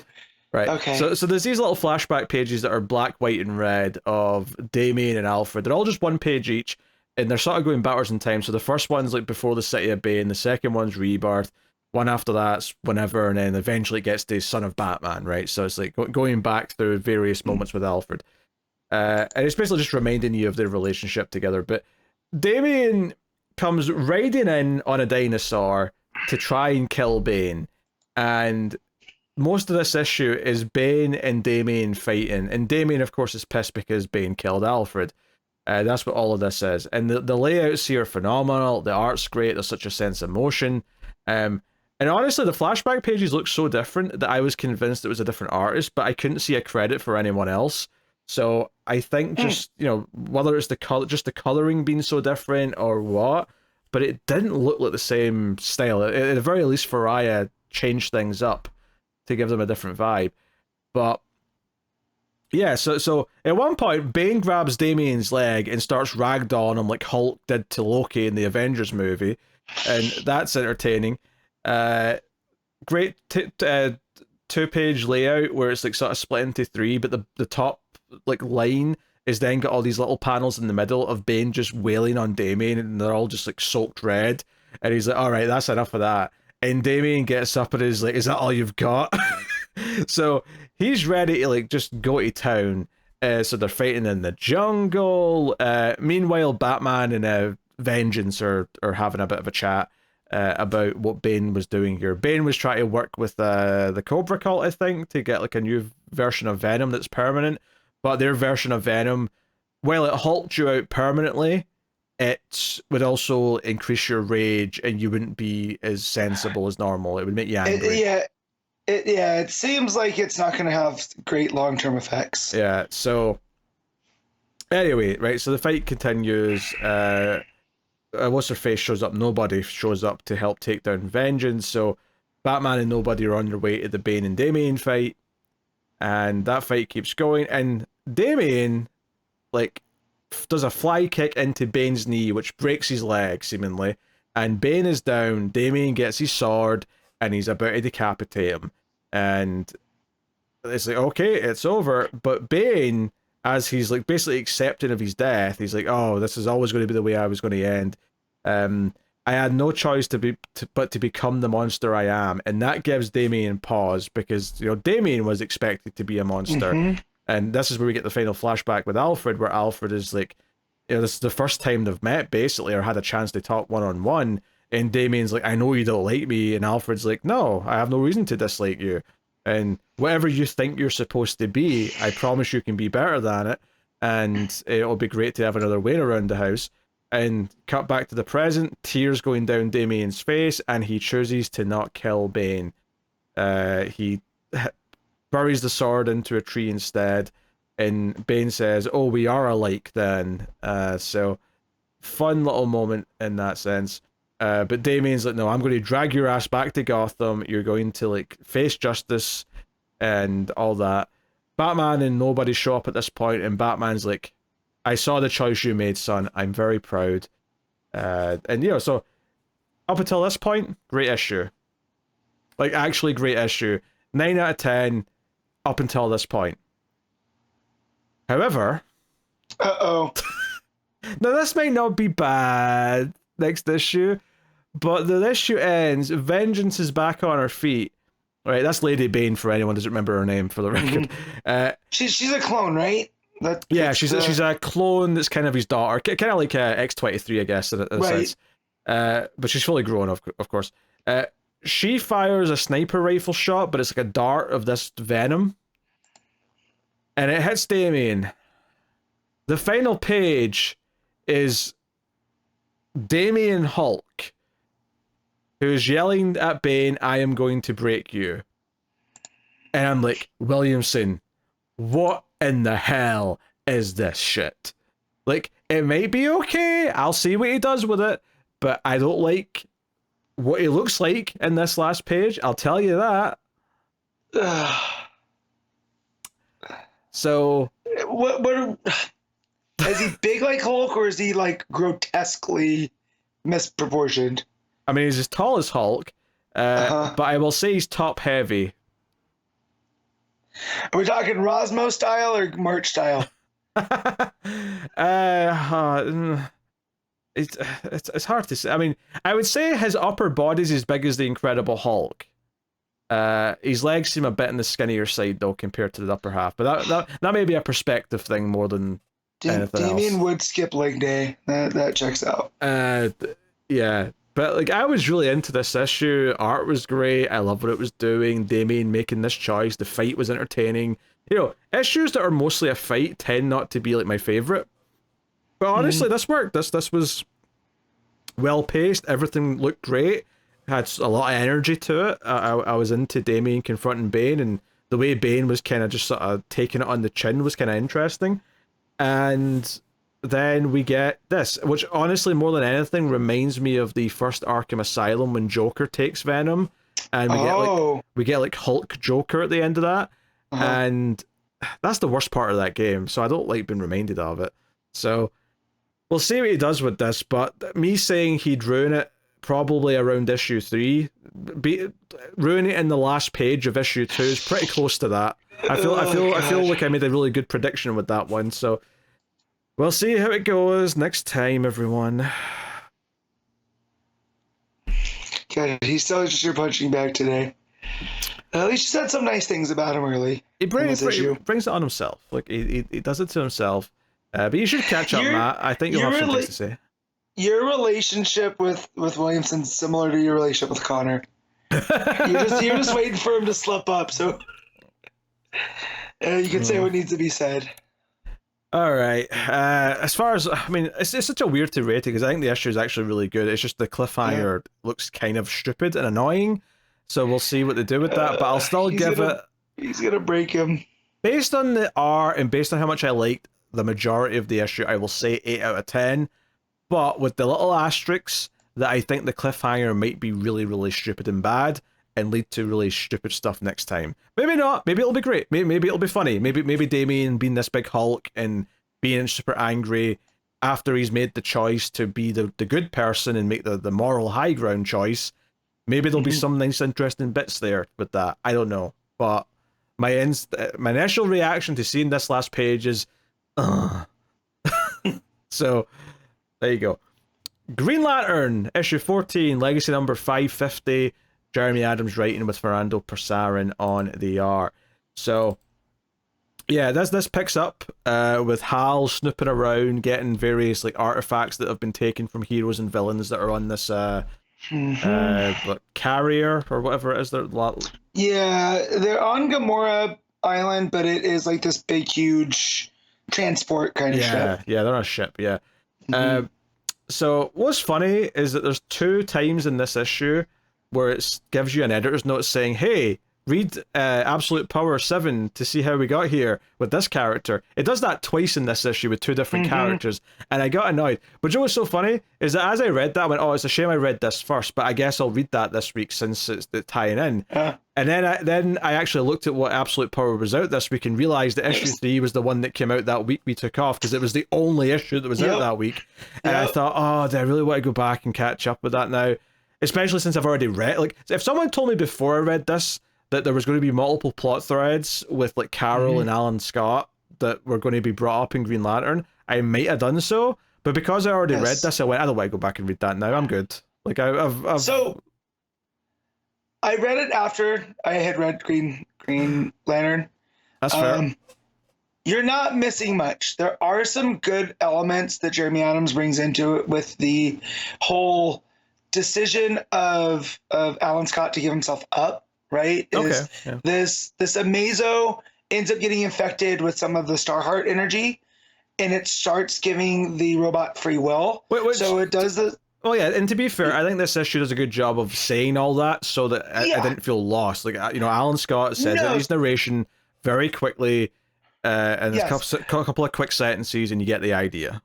But it helps that Adams took the time. So you follow this Amazo robot. It goes offline when it absorbs the Starheart because it almost like it gets overloaded. And when it comes back up rebooted, it starts asking itself questions, right? Like if it's going to do the command that Waller gave it or something else. And the command Waller gave it is in red and its new one is in green, right? So it goes through this stuff. It comes back empty-handed.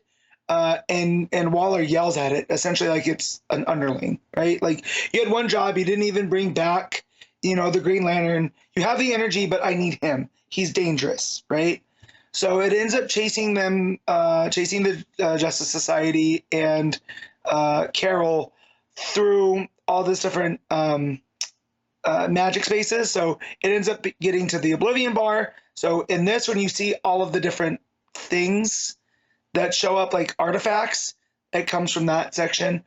Till finally the Alan gives himself up because the Amazo starts questioning what free will is, because he says that it says that there's like a second voice underneath that's making him question everything. And so Alan sees this as an opportunity to be like, hey, free will, I'm going to make a decision right now to come with you, but so everyone else can leave. And they make the deal. And then when it brings Alan Scott back, Waller gets upset because you didn't bring the entire Justice Society. So it makes this Amazo start questioning even her. Okay. So a lot of good stuff. Everything else that happens that here with Hal and everything else, that was the main crux that I really felt was missing to this issue. But the rest of the stuff with Carol and the Justice Society, all that other stuff, like it's fine. It's a bunch of little character stuff, like Carol wondering who all these old people are, because you have some people that are old as her grandparents, but also these young ones like Stargirl, and it's almost you feel this is her first run-in with the Justice Society. But yeah, so that's kind of all you're missing. But I mean, the fact that Adams wrote it kind of does feel like a half chapter to Green Lantern. I mean, the Hal stuff feels like it follows on straight from the last issue of Green Lantern. It doesn't, so I don't think any Hal stuff was in that absolute power issue, was it? Nothing. Let me. I have it open right here. Because I'm pretty sure this is where he was left off at the end of Green Lantern last time. I am checking. Oh, that's Green Lantern, and then it's not Task Force. You don't have to check. I mean, I'm just saying, like this feels like it follows on directly. Yes, I'm just saying that because I feel like there was a little bit of Hal stuff, but not enough. Most of that was JSA and Carol. Well, that makes sense to me, because otherwise, if you're just reading Green Lantern, like I ended up doing, then it wouldn't make any sense. You'd start this issue and be like, wait, why is Hal now not where he was last time? Like, what? Right. So they couldn't do anything with him. No, so what I was confusing for Hal was the Steve Trevor. It just continues that part of the story. Him infiltrating Gamora Island from the inside. Oh, yeah, that's the backup. Yeah. Yeah, so, but that's actually, there's no backup. That's concurrent to what was going on in that issue. So it's sprinkled in throughout, is what you're trying to say. Yep. So, But yeah, so that was what I was confusing with I was like, was Hal in there? Because there was somebody running around Gamora, but no, it was Steve Trevor, not Hal. So yes, Hal picks up immediately. Yeah. Okay. So yeah, I mean, the Hal stuff in this is mostly comedy. It's just him like picking up various artifacts from, random villains, Javelin from Javelin, or just the Condiment King guns. So he's spraying mustard and ketchup at the guards, and that's basically it. But that's not to say that I didn't like this issue. I actually think this is a pretty solid tie-in, because the concept of an Amazo that's starting to question free will, and Alan Scott kind of like poking that bear with the with the chess game, and sort of just reminding him that he's got choices, and he's named him Jadestone because sure, why not? Like, that's interesting. in and of itself, I think. And then the Amazo going to like take on Hal, because he's become unruly. Meanwhile, Carl is with the rest of the JSA in the Tower of Fate, and basically they're deciding, okay, what can we do? Is there still heroes to go out and save? Can we form some kind of a plan? And ultimately they come to this conclusion that all of them are too recognizable because they're heroes, and that Waller's probably got good files in them also. Even their secret identities are probably burned as far as like what's going on right now is concerned. So they need a regular, normal human to go do something. And they basically just turn and look at Carol and like make eyes at her like, oh, you're volunteering because you're a normal human that isn't on a list. So off you go. So I mean, I like that as far as it was just Carol being around characters she wouldn't normally be around, and that was kind of fun, more than anything. Meanwhile, we go back to Tharis for a little bit, and this is actually the one complaint I had about the last issue, was that while I enjoyed most of the things that were in it, and I thought it was a pretty solid tie-in to the event, and I'd say the same about this, I think this is a solid tie-in to the event, it does feel more like a collection of different Green Lantern related characters just tying into the event as opposed to a full story from start, beginning, middle and end. It doesn't feel like it has like an overall chapter feeling like a regular issue would. So it's not as good as Jeremy Adams' run has been. It feels a lot more like a collection of just different bits as opposed to a full story. But having said that, this idea that, because this Tharis bit with his council of all the shapeshifters who are pretending to be the other delegates, this is got nothing to do with the event, really. I mean, they kind of briefly mention Earth's going through something, but this is more about the ongoing Green Lantern story. And it's just seeding the idea that the other, what's his race called? I forget.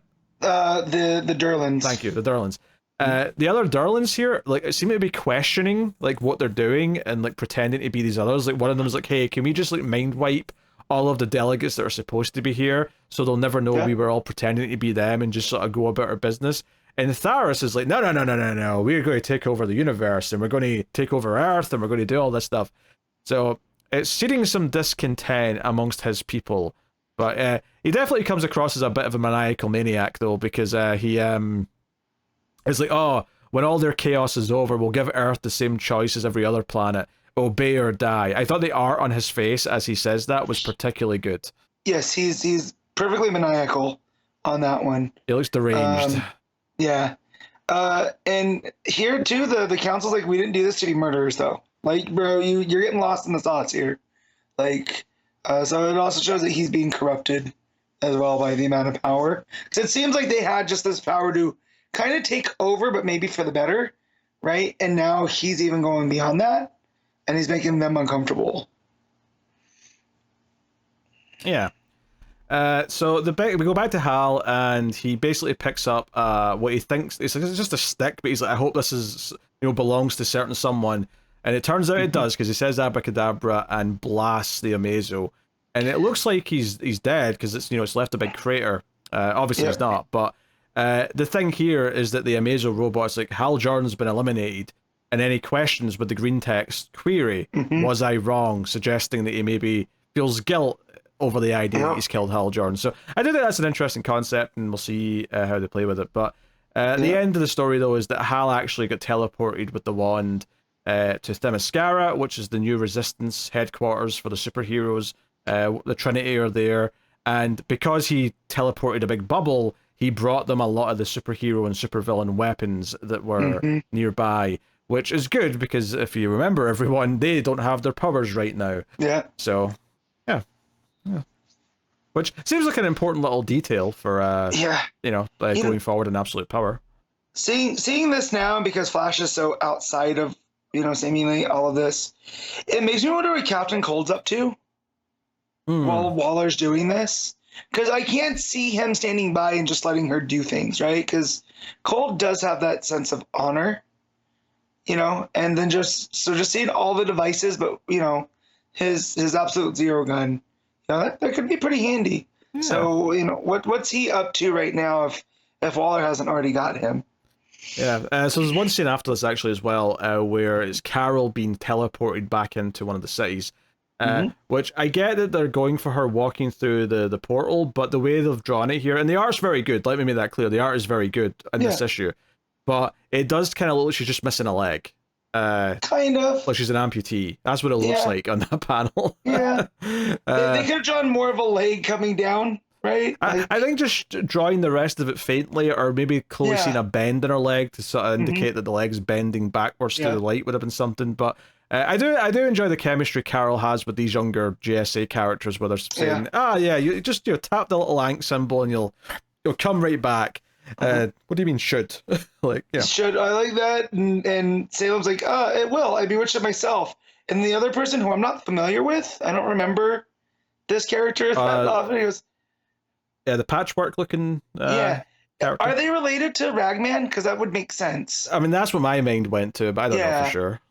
But he goes, isn't your power just cursing things? Yeah, same thing. So gives Carol a cursed item, which I think is hilarious. I enjoyed the banter between these characters, and Carol's just kind of like being like bewildered by the whole thing. But again, this much like this happened last issue as well with the creation of this character. Well, I say creation. So her ex-fiance, again, much like the Tharos scene, this is just for advancing the ongoing Green Lantern story. So it is interesting how this is essential for the run, but also mostly a tie-in. Because one of the things I think we criticized last time is that it was a little bit weird. There was like just 2 or 3 pages in the middle of an issue that's mostly a tie-in that completely does this big thing where it takes her ex-fiance and turns him into the Grey Lantern, which Sorrow is his. Seems to be powered by Sorrow, right? Which is like an in-between type. It's kind of like fear, but also love. Like, it's very weird. But this Grey, this is all new. So I like this. I don't mind the concept. Like, I'm okay with it as a thing. But it is a bit weird to show, like, do just a couple of pages in that last issue of this happening to him, and then this issue just, teasing it a little bit. But, clearly Adams wanted to still continue his ongoing story a little bit during these tie-ins, and this is kind of what's come from it. So, presumably he'll be going after Carol over the next issue or two, and that'll take us back into the main story. But, I will say, like, I do think that this is a solid tie-in little arc for the event, which is working well because we're reading the event alongside it as they're coming out.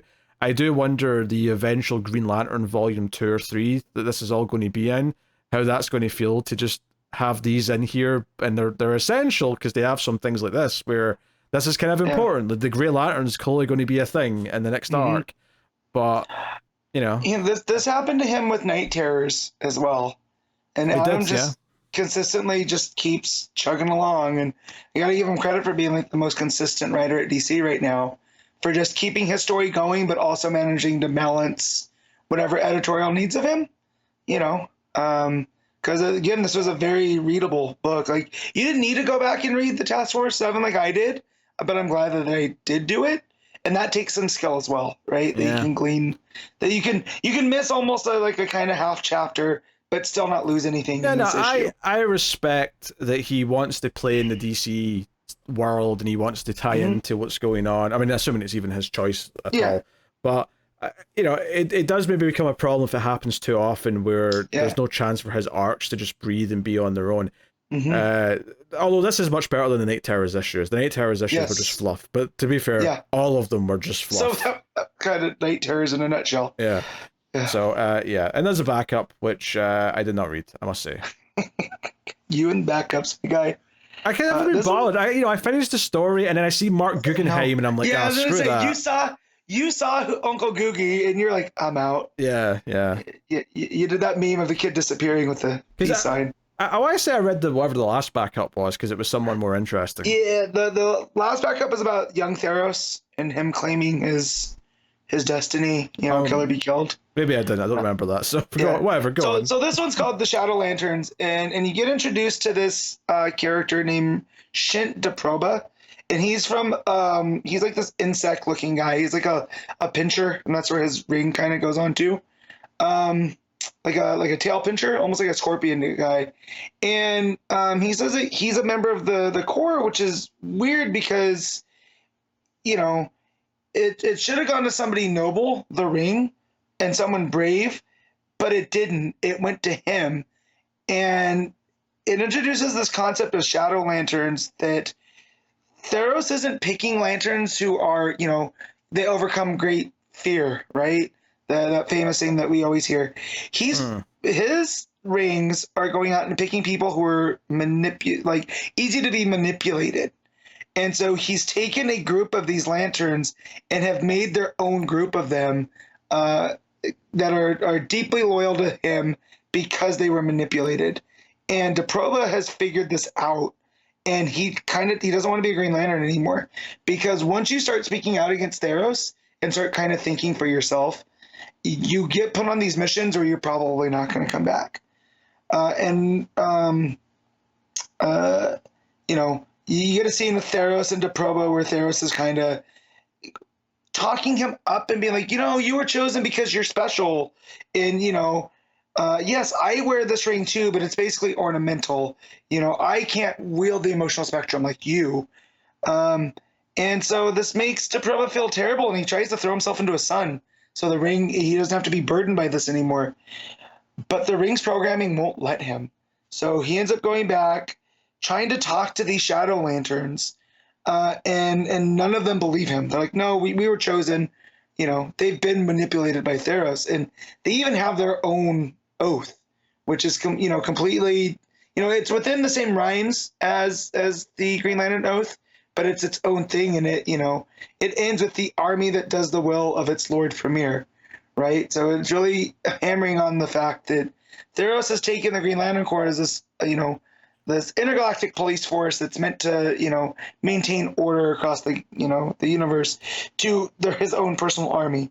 And then within this group, it's his almost like not even special forces, but they're his extra special army. But they go onto a mission, and Deproba throws himself into it so much that he's a Shadow Lantern, but at the end of the day, he's a Green Lantern, and he sacrifices himself in battle, right? So his ring goes off, and it ends with him saying that, hopefully it finds somebody that's noble and brave and more worthy than me. And so it ends on this really melancholy note that he lived true to who he was. He knew he wasn't Green Lantern material. But yeah, the art's really good. I don't know if you said who the art was. You just said it was Guggenheim on the story, but it's Derek Robertson, which didn't come as a surprise. Robertson's pretty decent. Plays with a lot of space kind of themes, a lot of purples in the color, and a lot of like big open space. And then when you hit the battle scenes, that big open space gets really not clustered, but there's a lot more going on. So, but yeah, I really enjoyed the backup. So yeah, Green Lantern's still hitting across the board for me. All right, well, you're rating the book then? 8.5. That's actually surprisingly high, to be honest. I'm going with a 7 because it's a tie-in issue. It's a pretty solid tie-in issue, but it is also a collection of small moments as opposed to a coherent full issue. Art is pretty good though.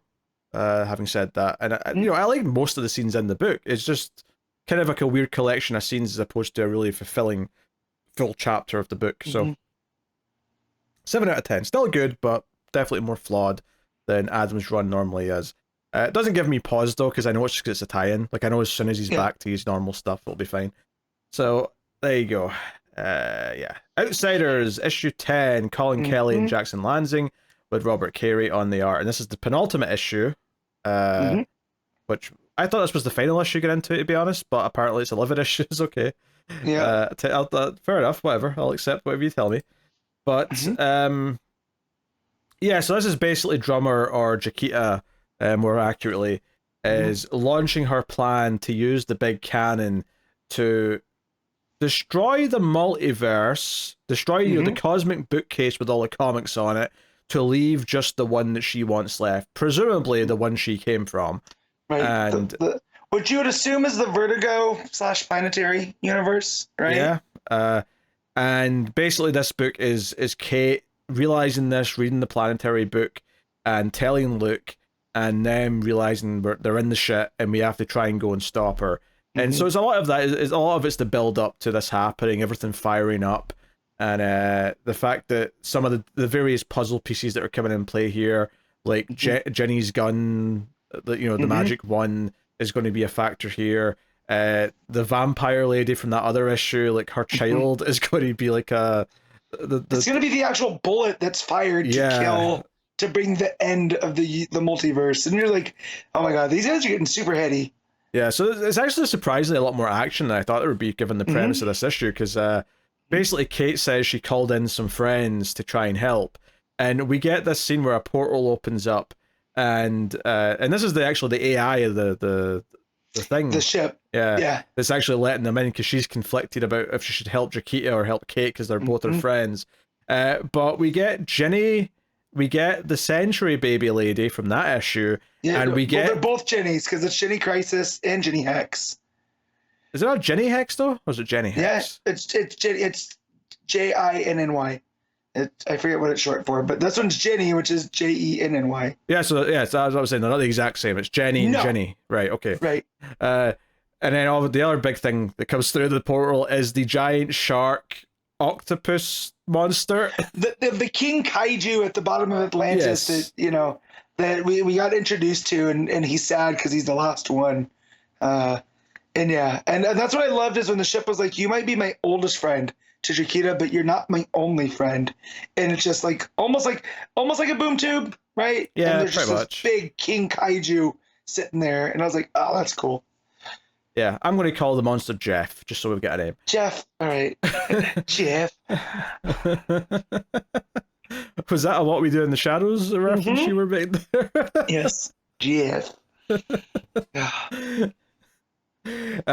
So yeah, bit of action, bit of fighting, and this is where Jaquita breaks out some like super strength. Like she punches the monster back, and like seemingly is unstoppable. It's like, wait, she's been holding back a lot of power this whole run. Yeah, because she hasn't been. So she's descended from a Century Baby. I don't want to give too much of Planetary away, but so she's, if the Century Babies have like super powers, she's the next one down, but she's older than you would think, so she just has had a lot of time to focus, and I like to think she caught the kaiju by surprise, Jeff, as it were. Yeah, but she kicks them all back through portals and gets rid of them, so they all go away. And she's like, hey, I haven't had this much fun in years, I should end the world more often. So so Jaquita has turned out to effectively be the villain of the book. Here as we're going into the finale, and Kate and Luke show up, confront her, and like Luke basically kind of hesitates, when she says, hey, are you really going to come and be a superhero? Have you learned nothing from what I've shown you? And he there's that little panel showing what he saw of Batman or himself in the Batsuit. Well, it was Duke, right? It was that version, right? Oh, was it Duke? Sorry, one. yeah. Yeah, he was you're not a bat. You don't have the trauma, right? Yeah. You can't do this, and so it's almost like she put the fear in him. I do think this book's going to read well at a repeat read, because there's a lot of these elements coming back from the prior issues that I feel like I'm remembering a lot of them, but there's definitely stuff that I'm not remembering that well. Right. So.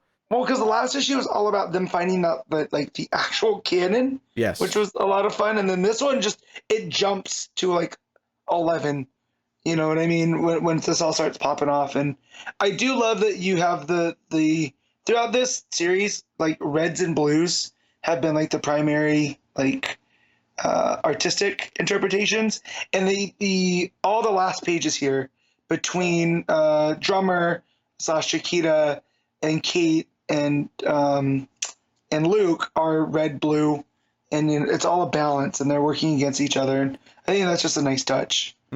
So the cannon's firing, they can't really do anything about it, and the AI's freaking out because she can't pick both sides.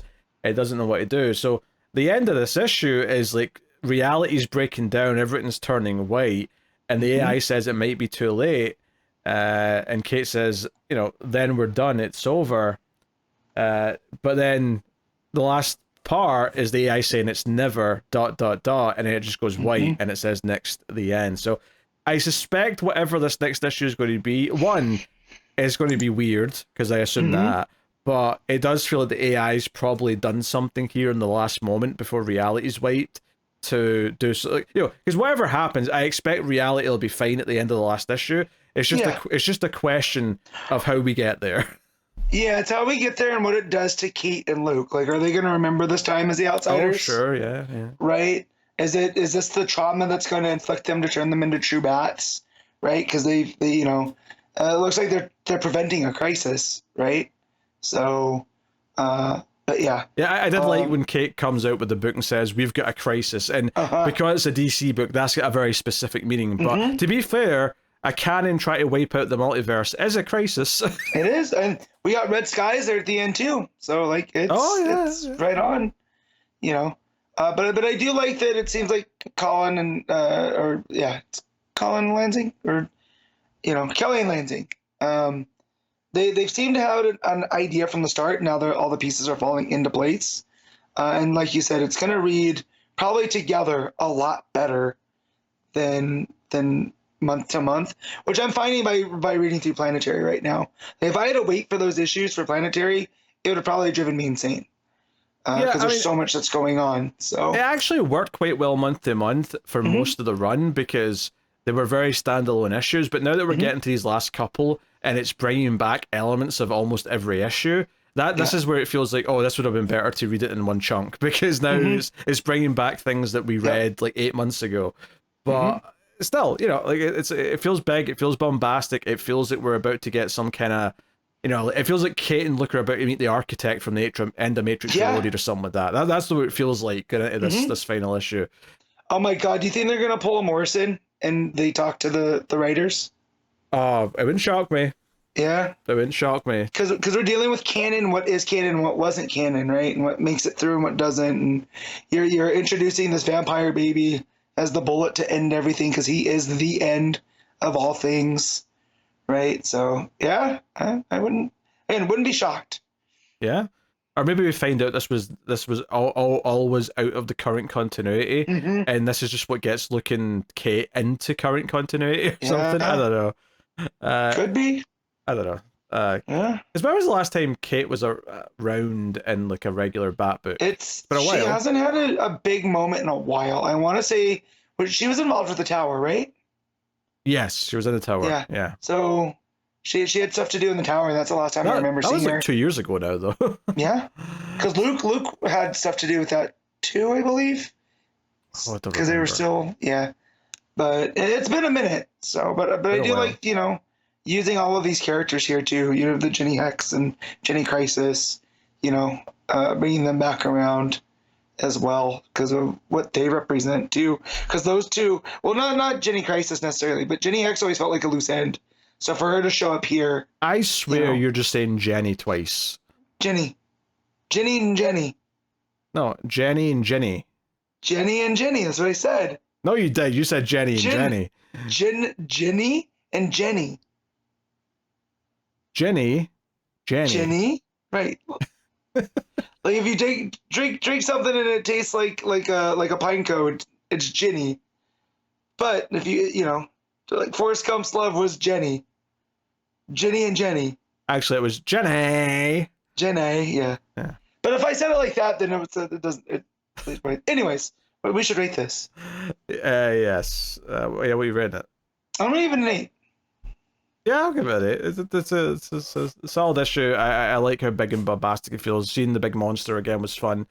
Jeff was a cool character.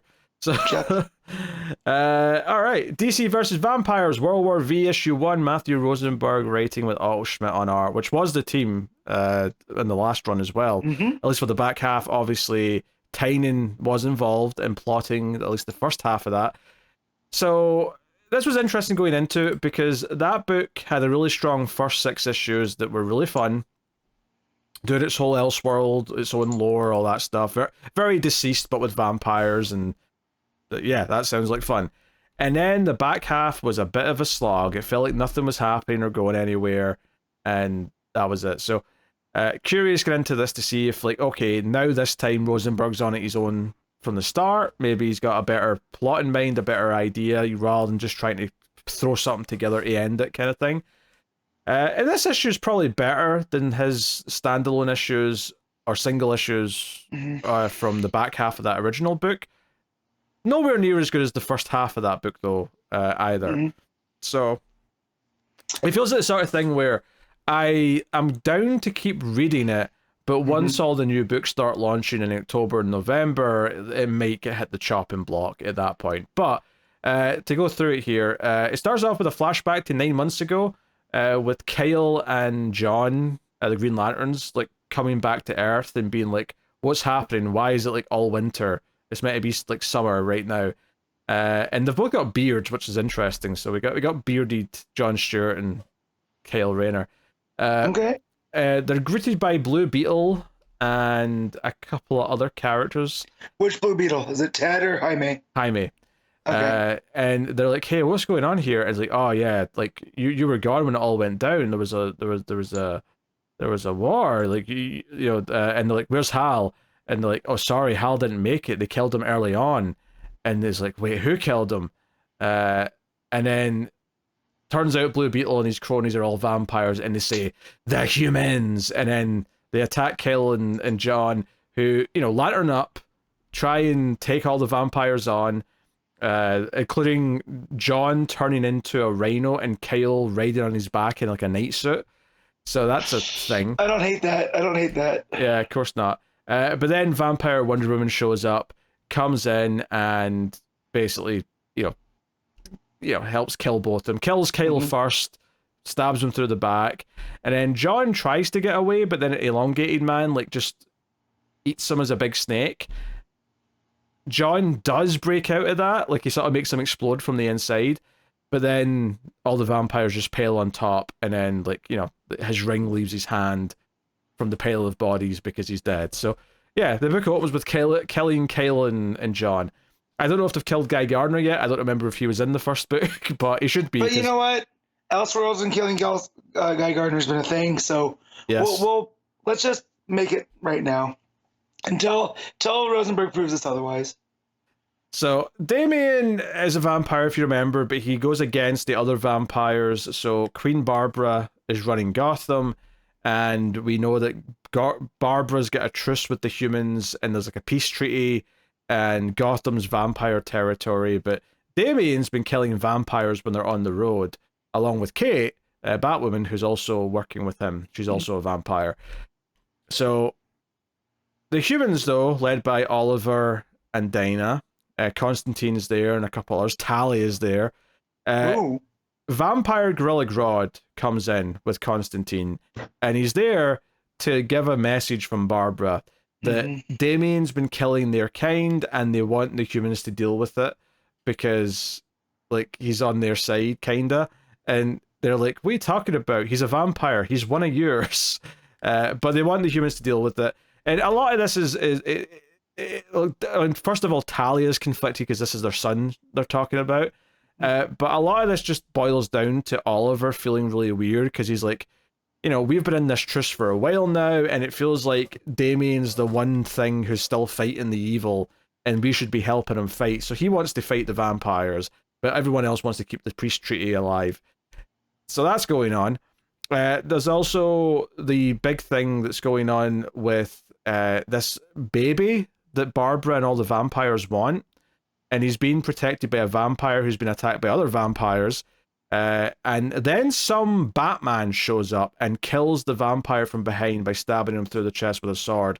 And it's very colorful. It's like a vampire dusted on the hit television show Buffy the Vampire Slayer, but it's made up of blues, yellows, and greens. It's this is a fun panel. I can't fault Schmidt's art. So they're setting up a mystery here: is who's this Batman? There's a Batman going around killing vampires, but it's not Bruce. We know it's not him. So who is it? So that's something they're setting up here for Did they kill Jason yet? Because Rosenberg loves Jason Todd. Well, here's the problem. I don't remember all the people who died in the first book. No, I remember the big ones, right? Because those were big emotional moments. So yeah, but yeah. So yeah, the vampire carrying the baby disappears as if out of thin air. Oliver and Dinah have a sort of heart-to-heart and talk about what they should do next. blah blah blah blah. They talk about how Supergirl kind of like brought the sun back, yada yada.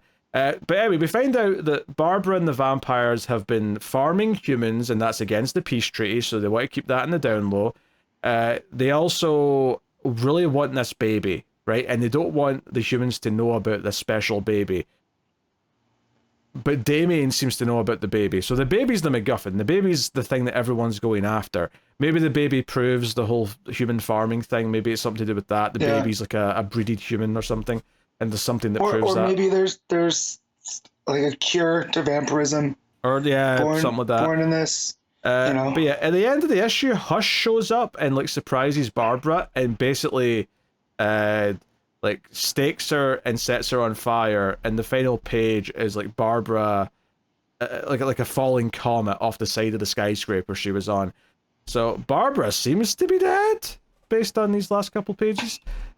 By Hush, of all people? Well, she calls him Hush, but to be honest, there was a bunch of people on the opening page with Damien who were all wearing bandages on their face, and I thought that was just like all his soldiers looked like that. Maybe she's just assuming it's Hush, but it's not actually Hush. I don't know.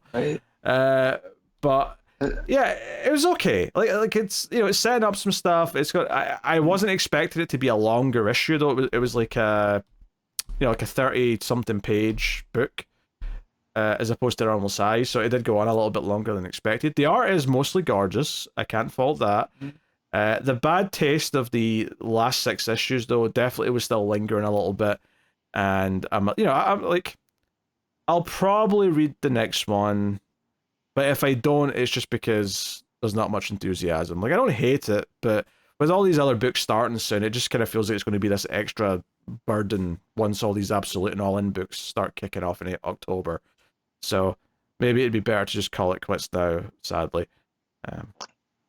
Plus, we have so many other like Elseworld books that are just doing things better. Like that new All-Winter book, even though I wasn't as in love with All-Winter or with Darkness of Steel as everyone else was, that All-Winter issue 1 was great. And Kryptonian Age, which we're about to get to, is pretty damn good. So like there's other versions of this, and we had Jurassic League. Of course, we had Deceased for a long time. Like, it's fine. It's okay if we don't get into this one again. So, gotcha. Yeah, it's like a 6.5. Yeah. We'll find out who that Batman is as soon as they reveal, because the internet loves new Batman. So for sure. That's the main mystery that I'm wrapped up with. Because if I had to bet money, it's Jason Todd. It was probably the bit I was the most interested in as well, just because I love the idea of like in like No Man's Land when there was a Batgirl running around and there was like a who's the Batgirl mystery, and like Barbara hated it because it was like this is the first time there's been a Batgirl since she was paralyzed, and it was like, oh, that was a really cool mystery. So this made me think of that, and that's not a bad thing. No. So cool. Batman Gotham by Gaslight, The Kryptonian Age, issue 3, Andy Diggle writing, with Leonardo Fernandez on the art. So this was like a 10 or 12 issue book. It's apparently now 6 issues, although I expect it's because they'll just split it into 2. But we'll find out. Having said that, though, this was very good. I'm digging the constant world building here. This idea that they're like, as it turns out, this book kind of establishes the origin of both Wonder Woman and Alan Scott. And that means that I suspect that they're going to probably do a Flash at the very least, and we're going to build up to eventually Superman. But obviously they're teasing a lot of stuff with the Kryptonian things. There's so much Kryptonian stuff in this book, because I read the last issue. I didn't read it last month, so I read it in the lead up to this, so it's still fresh. A lot of the stuff in the Antarctic, a lot of the Kryptonian things there. I'm talking about Krypton's doom. Adam Strange as a professor at Metropolis University. So they're seeding all of the Superman stuff that, I would be shocked if he doesn't make an appearance in some form by the end. Yeah, no, I mean, I think like him landing in the first issue was like saying, hey, he's coming, but he's not coming till later because Krypton's had a much bigger influence on Earth before he ever arrived in this, continuity. Yes. Which is interesting, especially since they're very much treating it as a negative. Like, no, something like Krypton did something bad to Earth long ago. Yeah, so and we get it when we get into Diana's origin of things, right? That the the her version of the Amazons are pushed down into the center of the earth by whatever the Kryptonians did, this doom that they brought in that raised ancient civilization and made way for the new civilization, right? And again, this is all very pulpy, kind of Jules Verne type stuff. Like, I didn't think we were going to get center of the earth type things. Oh yeah, no, yeah. We get straight up. So Scataris is the name of the place, and the Amazons are driven there because they're the only survivors of what they call Themyscira Lost, which was, they did have a Themyscira, but it's gone now. It was destroyed in this big war, or whatever you want to call it. And she said they're like the 5th of the 7 Amazons, something along the line. So they're playing with the different kinds too. So they're the ultimate survivors, which I like too, because it adds to this version of Diana. Yeah, so it sets up this whole idea that she, much like typical Wonder Woman, went against the wishes of most of them and said she wanted to go up and help the humans, that because Krypton's doom is coming back, she wants to go up and try and save them. So she actually comes up with like 12 other Amazons, but they all died on the way to the surface, like because they had to fight monsters, they had to go. And I think what I loved about this, as it was explaining it, is just like how quick and fun it felt. Like, it felt like this big journey she went on, but you know, because she basically eventually, because she popped out at the end of the last issue with the Antarctica crew, on the ship with Adam Strange, and this issue starts with she's with them, but then it kind of like flashes back to her fighting the monster. You know, that was obviously what she was jumping out for last time she saved them. But none of them can understand her. She's speaking a different language. But eventually, later in the issue, she uses the lasso to be like, hey. She effectively uses it as a translator and says, hey, you'll see my truth if you hold the lasso, which Adam Strange does, and this is how we see all this story of the monsters, of the trolls, and all these things that are down there. They live in a little island on the lava in the center of the earth. It looks metal as hell. This looks like a metal album cover. It's pretty cool.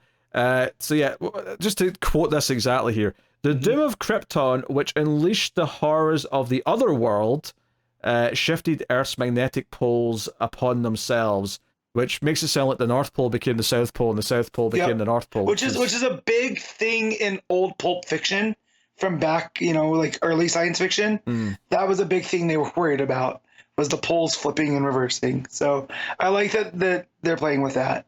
Yeah. So yeah, I mean, it sets all this up, and this trek up to the top, that she's this champion that wants to leave. We see them fighting a Cyclops and like the sort of the pages of them traveling up to the surface. All just fun and pulpy, and really an interesting take on this world's version of Wonder Woman. I really liked all that stuff. And I for the record, like last issue, when it clearly had a Wonder Woman style character on Amazon jump out, it did make me rethink my stance on the ring being Green Lantern related, because I was like, well, okay, they're just doing a bit of everything then. Sure enough, the real Green Lantern ring is traveling on a train, and whose origin, which Green Lantern specifically, origin is tied to a train derailing? Yeah, that'd be Alan Scott. Yeah, Alan Scott's like this huckster on a train who ends up speaking to the old woman who's protecting the ring. I love that he's an aerialist, so he has a hot air balloon that he calls the Green Lantern, and that because he can go up to commune with the dead up in the upper atmosphere. And I was like, oh, the snake oilness of this Alan Scott, I'm going to love, because the stodginess of the Batman, right, when they finally interact, it's going to be fantastic. Oh yeah, for sure. Really like that, and we see that League of Shadows have actually planted bombs on the train track. So I got really excited, because I was like, oh, they're actually doing like a slightly different take on why the train crashes. And we don't see it in this issue yet, but presumably he's going to end up with his hand on that ring, not because he's stolen it or anything, but just because of happenstance. It's going to come to him, because she mentions the lady that has it, that Bruce sent her with, is that it's taking a liking to him. Like it's never, it doesn't go off like this for everybody, right? So it's almost like it's calling up to him. Yeah. Too. Oh, I wonder if this means that if we do get a Flash, it'll be Jay rather than Jay, right? Just since we got Alan Scott, it just makes sense in that case. And then the other part of the book is we get not matches, but we get a Mr. Malone who goes to the brothel to do some recon. I thought this was funny. With a mustache and sunglasses, nonetheless. Yes. You know. But a very different mustache from the usual matches Malone. This is a handlebar type thing. But Catwoman, to her credit, immediately knows that this is the guy that chased her on the roof with the cowl, and brings it up and, like, you know, confronts him about it. But basically, they come to an understanding that they both want to know what's going on, and she was lied to as well about the job from the League of Assassins and all that, or Shadows, I should say, in this case. And they've got one of the men. Most of them killed themselves, so they couldn't be interrogated, but this guy was knocked out. So she's got him tied up in the basement. Because she says, fortunately, this one was unconscious, and as it happens, I'm rather deft with not. So yeah, they have him. It's kind of actually creepy the way that she has him hanging there by his arms. Well, there's a lot of panels here, especially on Bruce. So there's a couple in Selena as well, where, like, most of the face is completely in, like, pitch black shadow, and it adds a lot of mood to it, for sure. But the thing that this guy says, the only thing he says is the sleeper awakens, and this comes back at the very end of the issue. I think Deanna might even say it at one point as well in her story, but at the very end, the final scene is on Mars, and I got when it cut to Mars, I'm like, okay, I feel like we're about to see something big, because there's been nothing in space yet in this book. And it just goes to this little structure. It's got a little, like, sort of ceremonial tomb or something. It looks like a coffin, and someone, the sleeper, presumably, is awakening out of this tomb. Now, it's Mars, and I see a green hand, so my instinct jumps to Martian Manhunter, but I mean, the implication I was getting from everything in this book is that the sleeper is an evil prick. So I don't know. I don't know where they're going with this. Well, and just Krypton's doom, right? That makes me think Doomsday. Oh yeah, that's a good point. Yeah, I was thinking that as well. Yeah, Doomsday. And just the way that you had the Kryptonians, like, launching something into the sun, it made it seem like there's something else going on there in that artwork. Yeah, this does not look like Doomsday coming out of this, unless they've very much redesigned them, which is possible. It is a green hand, and you do see the red eyes as well, which would imply heat vision, which Martian Manhunter also has, if I remember right. He's the Martian Vision, yeah. And it doesn't look like he's wearing gloves, right? Because the first time we saw Doomsday, he's in that green suit, right? And all popped up. Yep. So maybe this is going to be like a combination type, like a Martian style. I never even thought of it could be Doomsday with the suit on. I never even thought of that. Yeah. Yeah. Okay, it could be that, I suppose. The fact that it went to Mars to slumber, right? Like Mars, something. There's something there. That's another thing from Pulp Fiction is like John Carter of Mars, right? Is that whole aspect of things. But, so, you know, it does make sense to me, though, that the sleeper is not the Doom, right? Yeah. Because they said it as separate things. And also, what does it mean when Krypton's Doom unleashed the other world? Is that talking about the Phantom Zone? Are they talking about releasing things from the Phantom Zone? Maybe. Yeah, because again, in the last issue, because again, in Fresh, that thing that they come across, that's almost like hieroglyphics of the Kryptonians, right? It looks like they're praying up to the sun, you know? So, you know, maybe whatever Krypton's doom was, it was misunderstood. Maybe they were trying to prevent whatever this thing that got trapped on Mars was there, you know? But yeah, a lot of fun. I didn't expect to get Steampunk Justice League, or Justice, whatever we're going to call it. And it's hitting all those. It's not even really steampunk. It's more pulpy style. And we all know how I feel about that. Yeah. I'm having a blast with it. I think it's a really interesting, different take on, like, building a Justice League. The only real critique I suppose you could give it is that people who thought it was just going to be a sequel to Gotham by Gaslight are probably like, what the hell is this? This is not just a sequel to that. This is its own thing that just sort of takes the name and is like, no, this is our Elseworld. This is my, you know, just like a Deceased or a whatever. This is the Jurassic League. This is just, we're doing the Justice League in this time period, and there's a lot of lore tied to Krypton from before even Superman arriving, which makes me think that, you know, these characters who know about Krypton's doom and all that stuff, like, how are they going to react to a Kryptonian being there and, like, trusting them and all that sort of stuff? I can't imagine Diana's going to be receptive. No, I wouldn't think so either. Yeah. So, very, very intriguing. I'm very curious. And this does not feel like we're halfway through the story, so I really hope they have just split it into 2 minis or something. Yep. Or whatever. Maybe they'll even extend it. Maybe it's a trilogy of minis. I don't care what it is, but just this seems like there's no way this just wraps up neatly in 3 issues. Yeah. Too much going on. I mean, hell, there's only one scene of Bruce in this entire issue.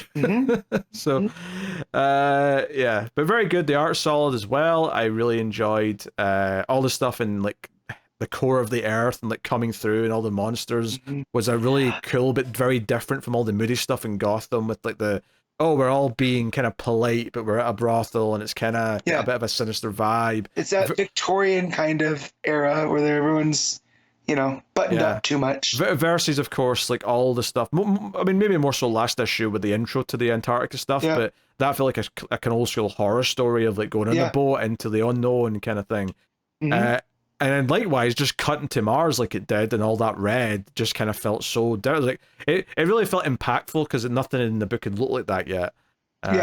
So no, it's very good. I am pleasantly surprised by this book now for 3 issues.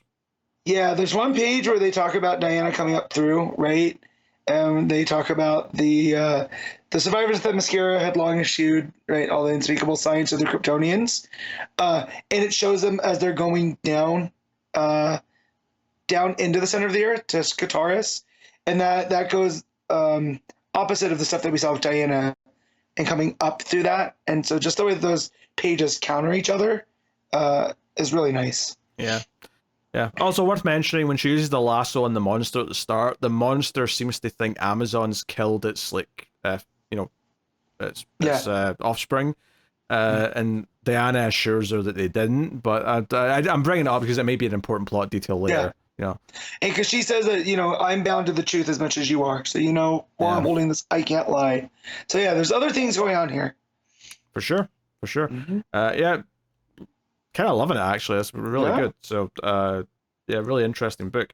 If anything, taking Batman off the title would have even been more accurate, because it's Gotham by Gaslight, but it's really more of just, Well, because Gotham by Gaslight it evokes a certain era. Right? And that's all you need. I know Gotham obviously is tied to Batman, but I feel like Gotham by Gaslight, because of the alliteration, just sounds like a good sort of, sort of blanket title for, here, this is the DC... but presented, in the same way that Marvel's 1608 or whatever that book is, is a thing. So, very interesting. All right, what are you giving Gotham by Gaslight, Kryptonian Age? I'm giving this a 9. Whoa. 8.5 for me, I think, but it's close. Like, I really, so, there you go. Excellent stuff. So, one last book. Every month on patreon.com/MailFuzzTV, you can get one of the higher tiers to make me read a book of your choosing. And I've been doing Batman the Outsiders, the original run, for a while now. This is issue 16. And I was looking forward to this issue because it was billed as the first part of the truth about Halo. So we're going to learn about who she is and delve into that. What's interesting is that it doesn't feel like the next issue is going to be part 2 of that. It feels like they're saving part 2 for like later or something. I don't know, maybe I'm wrong, but it doesn't seem like the next issue is going to be that. So the issue starts with like a nightmare of Halo just like having all these fingers pointing at her saying, "You don't know who you are, Gabby Doe. You don't know who you are," and like her face comes off as if it's a mask, and it's a whole thing. And she wakes up crying and screaming. She's upset. She doesn't know who she is. And it's actually a very sweet scene where Katana actually sings her back to sleep, where she's like really loving and motherly. It's very odd. It's very out of character almost for Katana, but in like a sort of like intentional, nice way. It's like, hey, this is Katana actually really caring about someone, and that comes up again a little bit later. But Katana goes to see Batman and is like, hey, have you even tried looking for who Halo is? With all of her memory loss, have you tried to figure it out? And he's like, you're right. I haven't done a whole lot, except for I figured out her name's Violet, that she's from the Midwest, and she's probably a runaway. And she's like, wait a minute, how could you know all those things? And the first thing he says is that, well, the clothes she was wearing in Markovia, I traced back to a store in the Midwest. And I'm like, okay, fair enough, that one sounds fine. I mean, clothes can be sold, far away from where they're made, but that's okay. And then runaway is a bit of conjecture. But then his reason for thinking she's called Violet, though, which turns out to be true, might I add, he thinks that because in all of her powers, like when she makes like auras of different colors, she never uses violet. Like she's repressing that color or something. So he's like, Violet's also a woman's name, so it must be that. And I'm like, all right, that's a bit of a stretch, but okay, I'll go with it, Batman. But I'm not buying that one.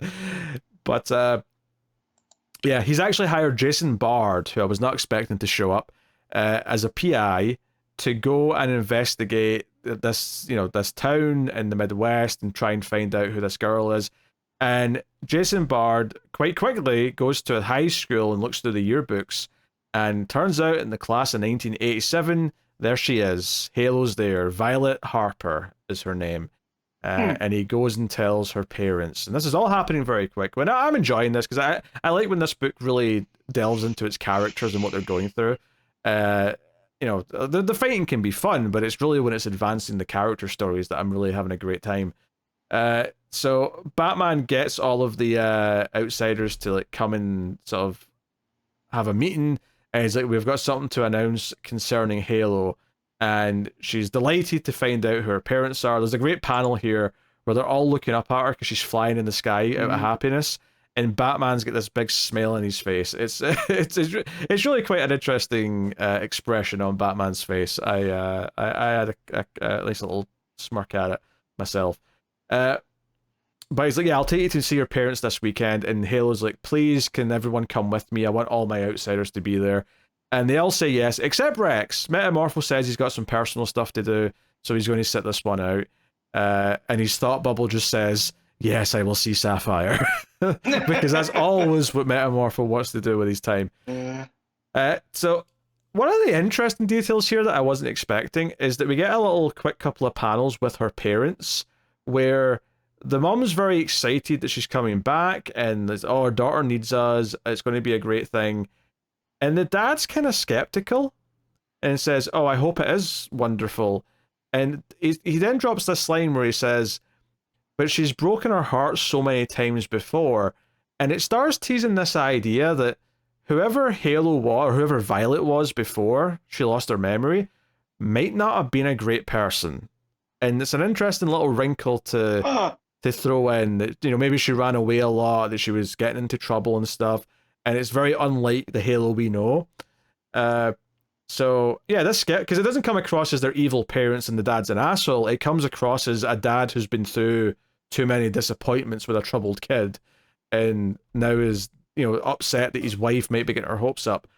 But Halo is delighted. Geoforce comes to see her and is like, hey, no matter what happens, we're still going to be together because we have real feelings.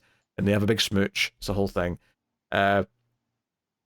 Katana, meanwhile, is out patrolling and comes across a guy trying to rob a pharmacy or a doctor's office, and swoops in and stops the guy from shooting the doctor by slashing at him with her sword.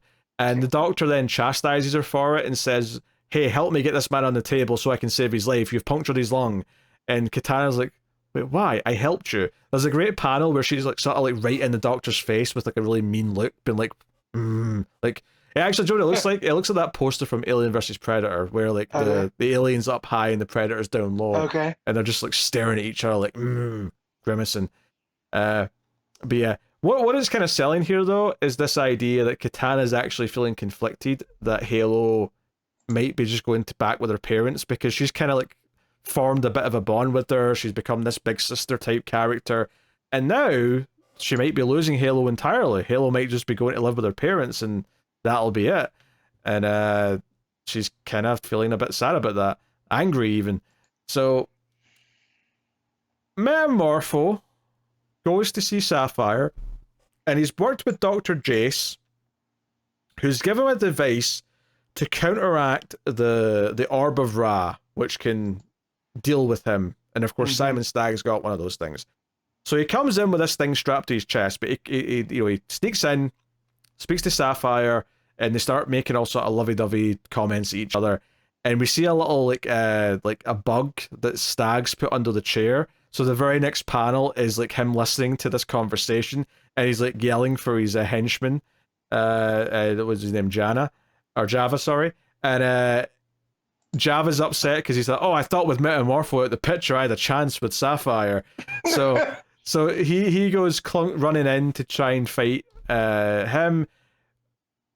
In comes Stag with the Orba Ra, but this device that Rex has got actually just kind of makes it pop like a balloon. It just shatters. It's like, oh well, tough luck, that doesn't work. But then Stag's like, yeah, but what about if I had tons of them and all of his henchmen all whip out their own Orbs of Ra and his device can't deal with the fact that there's like 6 of them. So I'm like, okay, this is a weird eventuality you plan for, Stag, but alright, yeah. Fair enough. So it ends up being Dr. Jace runs in and like sort of has like a doohickey to help like cause some feedback and like gets them out. But the big thing here is that technically Metamorpho's dead. This killed him. He's like a melting man that's been dragged out of the building, and Jace and Sapphire like drag him out to like the truck and like let's take him somewhere to try and save him.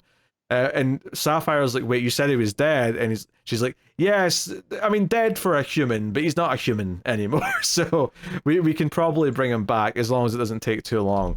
So yeah, weird subplot with Metamorpho in the middle of this. And Java thinking he still has a chance. I need to see where that goes. But cut to the small town where Halo is apparently from, and all of the outsiders are in their civilian clothes.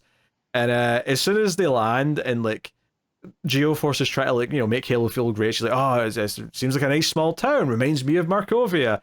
And then Katana's like, "It's a miserable place. You're a city child, Gabrielle. You will not be happy here." And Black Lightning has to like pull her aside and be like, "Katana, don't shit all over this. Like, this is something that's supposed to be happy for. Don't ruin it." And she's like, "Fine, I'll try and be nice." So Batman actually runs off and like puts on his Batman outfit to go and do some investigating because he wants to check the local criminal record to see if there's anything to do with to this Violet character that Halo is. Well, she's like reuniting with her parents, and we don't actually get all of what it says. But he's reading the file, and it's a juvenile record, and it says Violet Harper was seen around town with a Mark Denninger, a local boy who was later found dead in Paris of a drug overdose. And then Batman has a thought where he says, I found Halo in Markovia about the same time. I wonder ... And then the scene ends because some like security guards are like I say security guards, police. He's in a police station. It's just police. Mm-hmm. And that's kind of it. But it's kind of hinting that, oh yeah, there's something to the backstory here. Maybe something's going on. Maybe, Halo's life wasn't that great before. Maybe she was in with a bad crowd. Maybe, whatever. But like, definitely very interesting. And then, not quite the final page, but the final page of the main story is like Halo kissing everyone goodbye as she's staying back with her parents for now. And Katana's pissed. Even Halo's sort of like got a tear down her cheek as she's waving goodbye from the porch. But Katana says sayonara at Gabrielle as she's crying from the car. It's a sweet moment. It's all very nice. There is a little epilogue scene though when the outsiders get back to the main house, and Jason Sapphire are there with a dying Metamorpho, and they're like, "Help us! We need to fix Metamorpho. He's dying." And Geoforce is like, "Yeah, we're the outsiders. Of course we're going to help." So that's basically it. That's the issue. And it says next time, the astounding outsiders journey through space and time to save Metamorpho. So it sounds like we're getting an issue about saving Metamorpho, where they go to ancient Egypt based on the cover of the next issue. So why that's going to save Metamorpho? I guess it ties into the whole Orba Ra thing, if nothing else. As far as the issue goes, I think it's a pretty good issue. I like when this book focuses on the characters and their relationships. Well, some beats of it can be a little cheesy and old school in that sense. I do like the tease of Halo's past. I like the confliction of the characters, like of losing her. But Batman rightfully points out she's still a minor. She should be with her parents if we know who they are. So obviously, I expect by the time we get part 2 of this story, she's going to end up back with the outsiders. So I'm curious to see how that happens.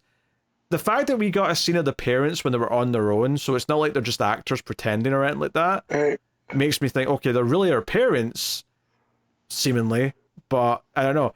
I guess the outcome I could maybe see coming is that Halo isn't actually Violet, and that whoever Halo was before, and the reason why she has her powers, maybe she took the form of this girl, and Who's missing, yeah. right? So Yeah. the girl's maybe actually dead or whatever, but she saw her, so she took the form, and when she realizes she's not actually these people's parents or something. I mean, that would be my best guess right now, but like I don't know for sure. Yeah. But it's interesting. And there's some fun art in here. There's a great page of Batman just running across the buildings in this small town, and it's just different from Gotham because it's like a small Midwest suburban kind of area. But yeah, mostly good fun though. I liked it more than the last issue with all the Olympic fighting, because that was just an issue of nothing but fighting pretty much. Whereas this was like, no, it's setting up like how characters are feeling about this news, how it should be happy news, but they're kind of sad because it means she's leaving, and all the stuff that comes from that and the mystery. So pretty good. Probably a solid 8 out of 10, I would say. With just some minor quibbles about a weird metamorpho plot, which, I'm not saying wasn't fun, but it definitely felt a bit more forced than the rest of it. So, yeah, excited to see where that goes. If anything, I'm a little bit miffed that we might be waiting an issue, even though, like, sure, like, give me a weird space time travel thing to save metamorpho. That sounds decent fun, but it's kind of weird to put it, what I assume is in between the two parts of this Halo story. But we'll see how it goes. So there you go. But that'll take us out of the final part of the show, where we pick our favorite moment of the week for its cover, favorite art, and of course top 5 books. So, Matt, what is your panel / moment of the week? Let's see. Thinking, man, Outsiders had some good ones. I like Jeff teleporting in, or Boom Tubby, whenever that was. That was fun. Gotham by Gaslight. There's a lot of cool stuff with the Amazons and all that, but I'm gonna go with Action Comics, and it's gonna be that page of Superman coming up out of the water and being, and getting help from the crowd of people. So yeah, that one's mine.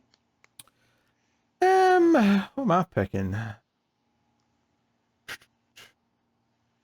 I feel like I almost want to say I want Damien breaking Bane's leg, just because the art's really good and it's a funny concept that Damien can take on Bane. So I'll go with that. But yeah, there you go. Cover of the week. I did have a little look while you were talking about one of the backups. I like the main Action Comics cover, for sure. I also quite like the main Green Lantern cover with Hal and the Jet, with the Green Lantern like logo spray painted out of the jet. I thought that was pretty cool. But my pick is actually a variant from World War V, because there's a Steve Beach cover of Wonder Woman Vampire, and it is absolutely beautiful. So she looks very evil, lots of shadow, got that super painted quality to it. I'm into it. So yes, that's my pick.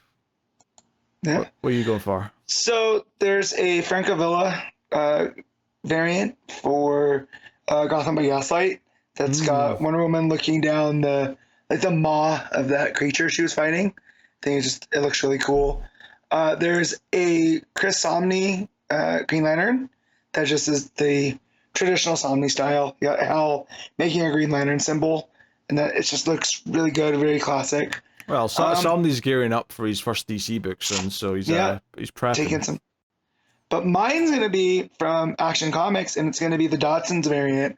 And it's got Lois and Clark sitting on a cloud, and it's heavily done in purples. Superman's cape's coming up behind them. There's a sense of motion there. And yeah, so that's mine.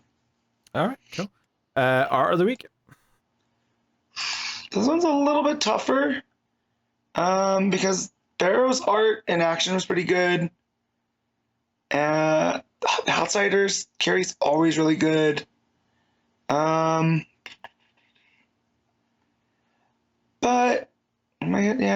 Gotham by Gaslight. I'm gonna go with Gotham by Gaslight. That one was real strong.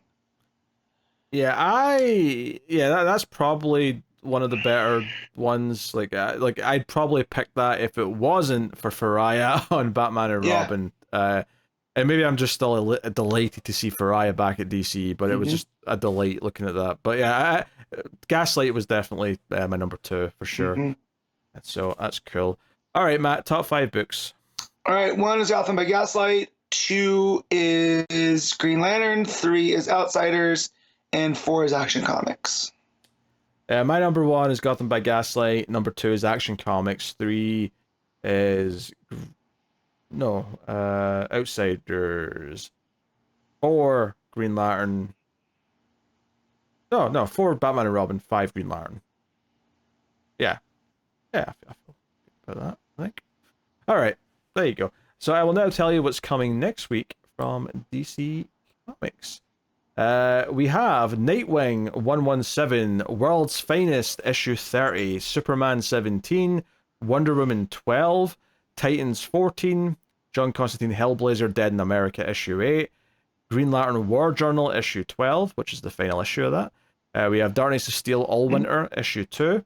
We have Gotham City Sirens issue 3, Jenny Sparks issue 1, and then there's some facsimile editions and whatnot. Oh, and Batman Wayne Family Adventures 126. But that's the gist of it. So yeah, new Tom King book next week. It's cool, and then some other exciting stuff there. So not a bad batch by any means. No. Maybe aside from the Williamson book. I really am giving him a lot of shit recently. I should probably be nicer. Yeah, Wonder Woman I'm excited for though, just because. Well, not Wonder Woman, because it's still a tie-in, right? It's not a tie-in, yeah. So it's not. That cover got me because I saw the. Yeah, normally that's like type number 1. Yeah. But I mean, I think for me, it's Nightwing and Titans, and then All Winter was like surprisingly great. War Journal's in there for me. Yeah, for sure. So cool. There you go. That's what's coming next time. You can, of course, tell us what you thought of the books in the comments. Like, subscribe, all those things help out a bunch. And you can support all the content, support the podcast by going over to patreon.com/MailFuzzTV and supporting over there for however much you would like per month. It helps keep all this coming, as well as all the Mail Fuzz movies and Mail Fuzz TV reviews and podcasts that I also do with others. So that is the show with the surprise solicits. Thank you very much for joining us. We do appreciate it. We'll see you next time. Keep reading DC Comics. And remember to never get lost in the Speed Force.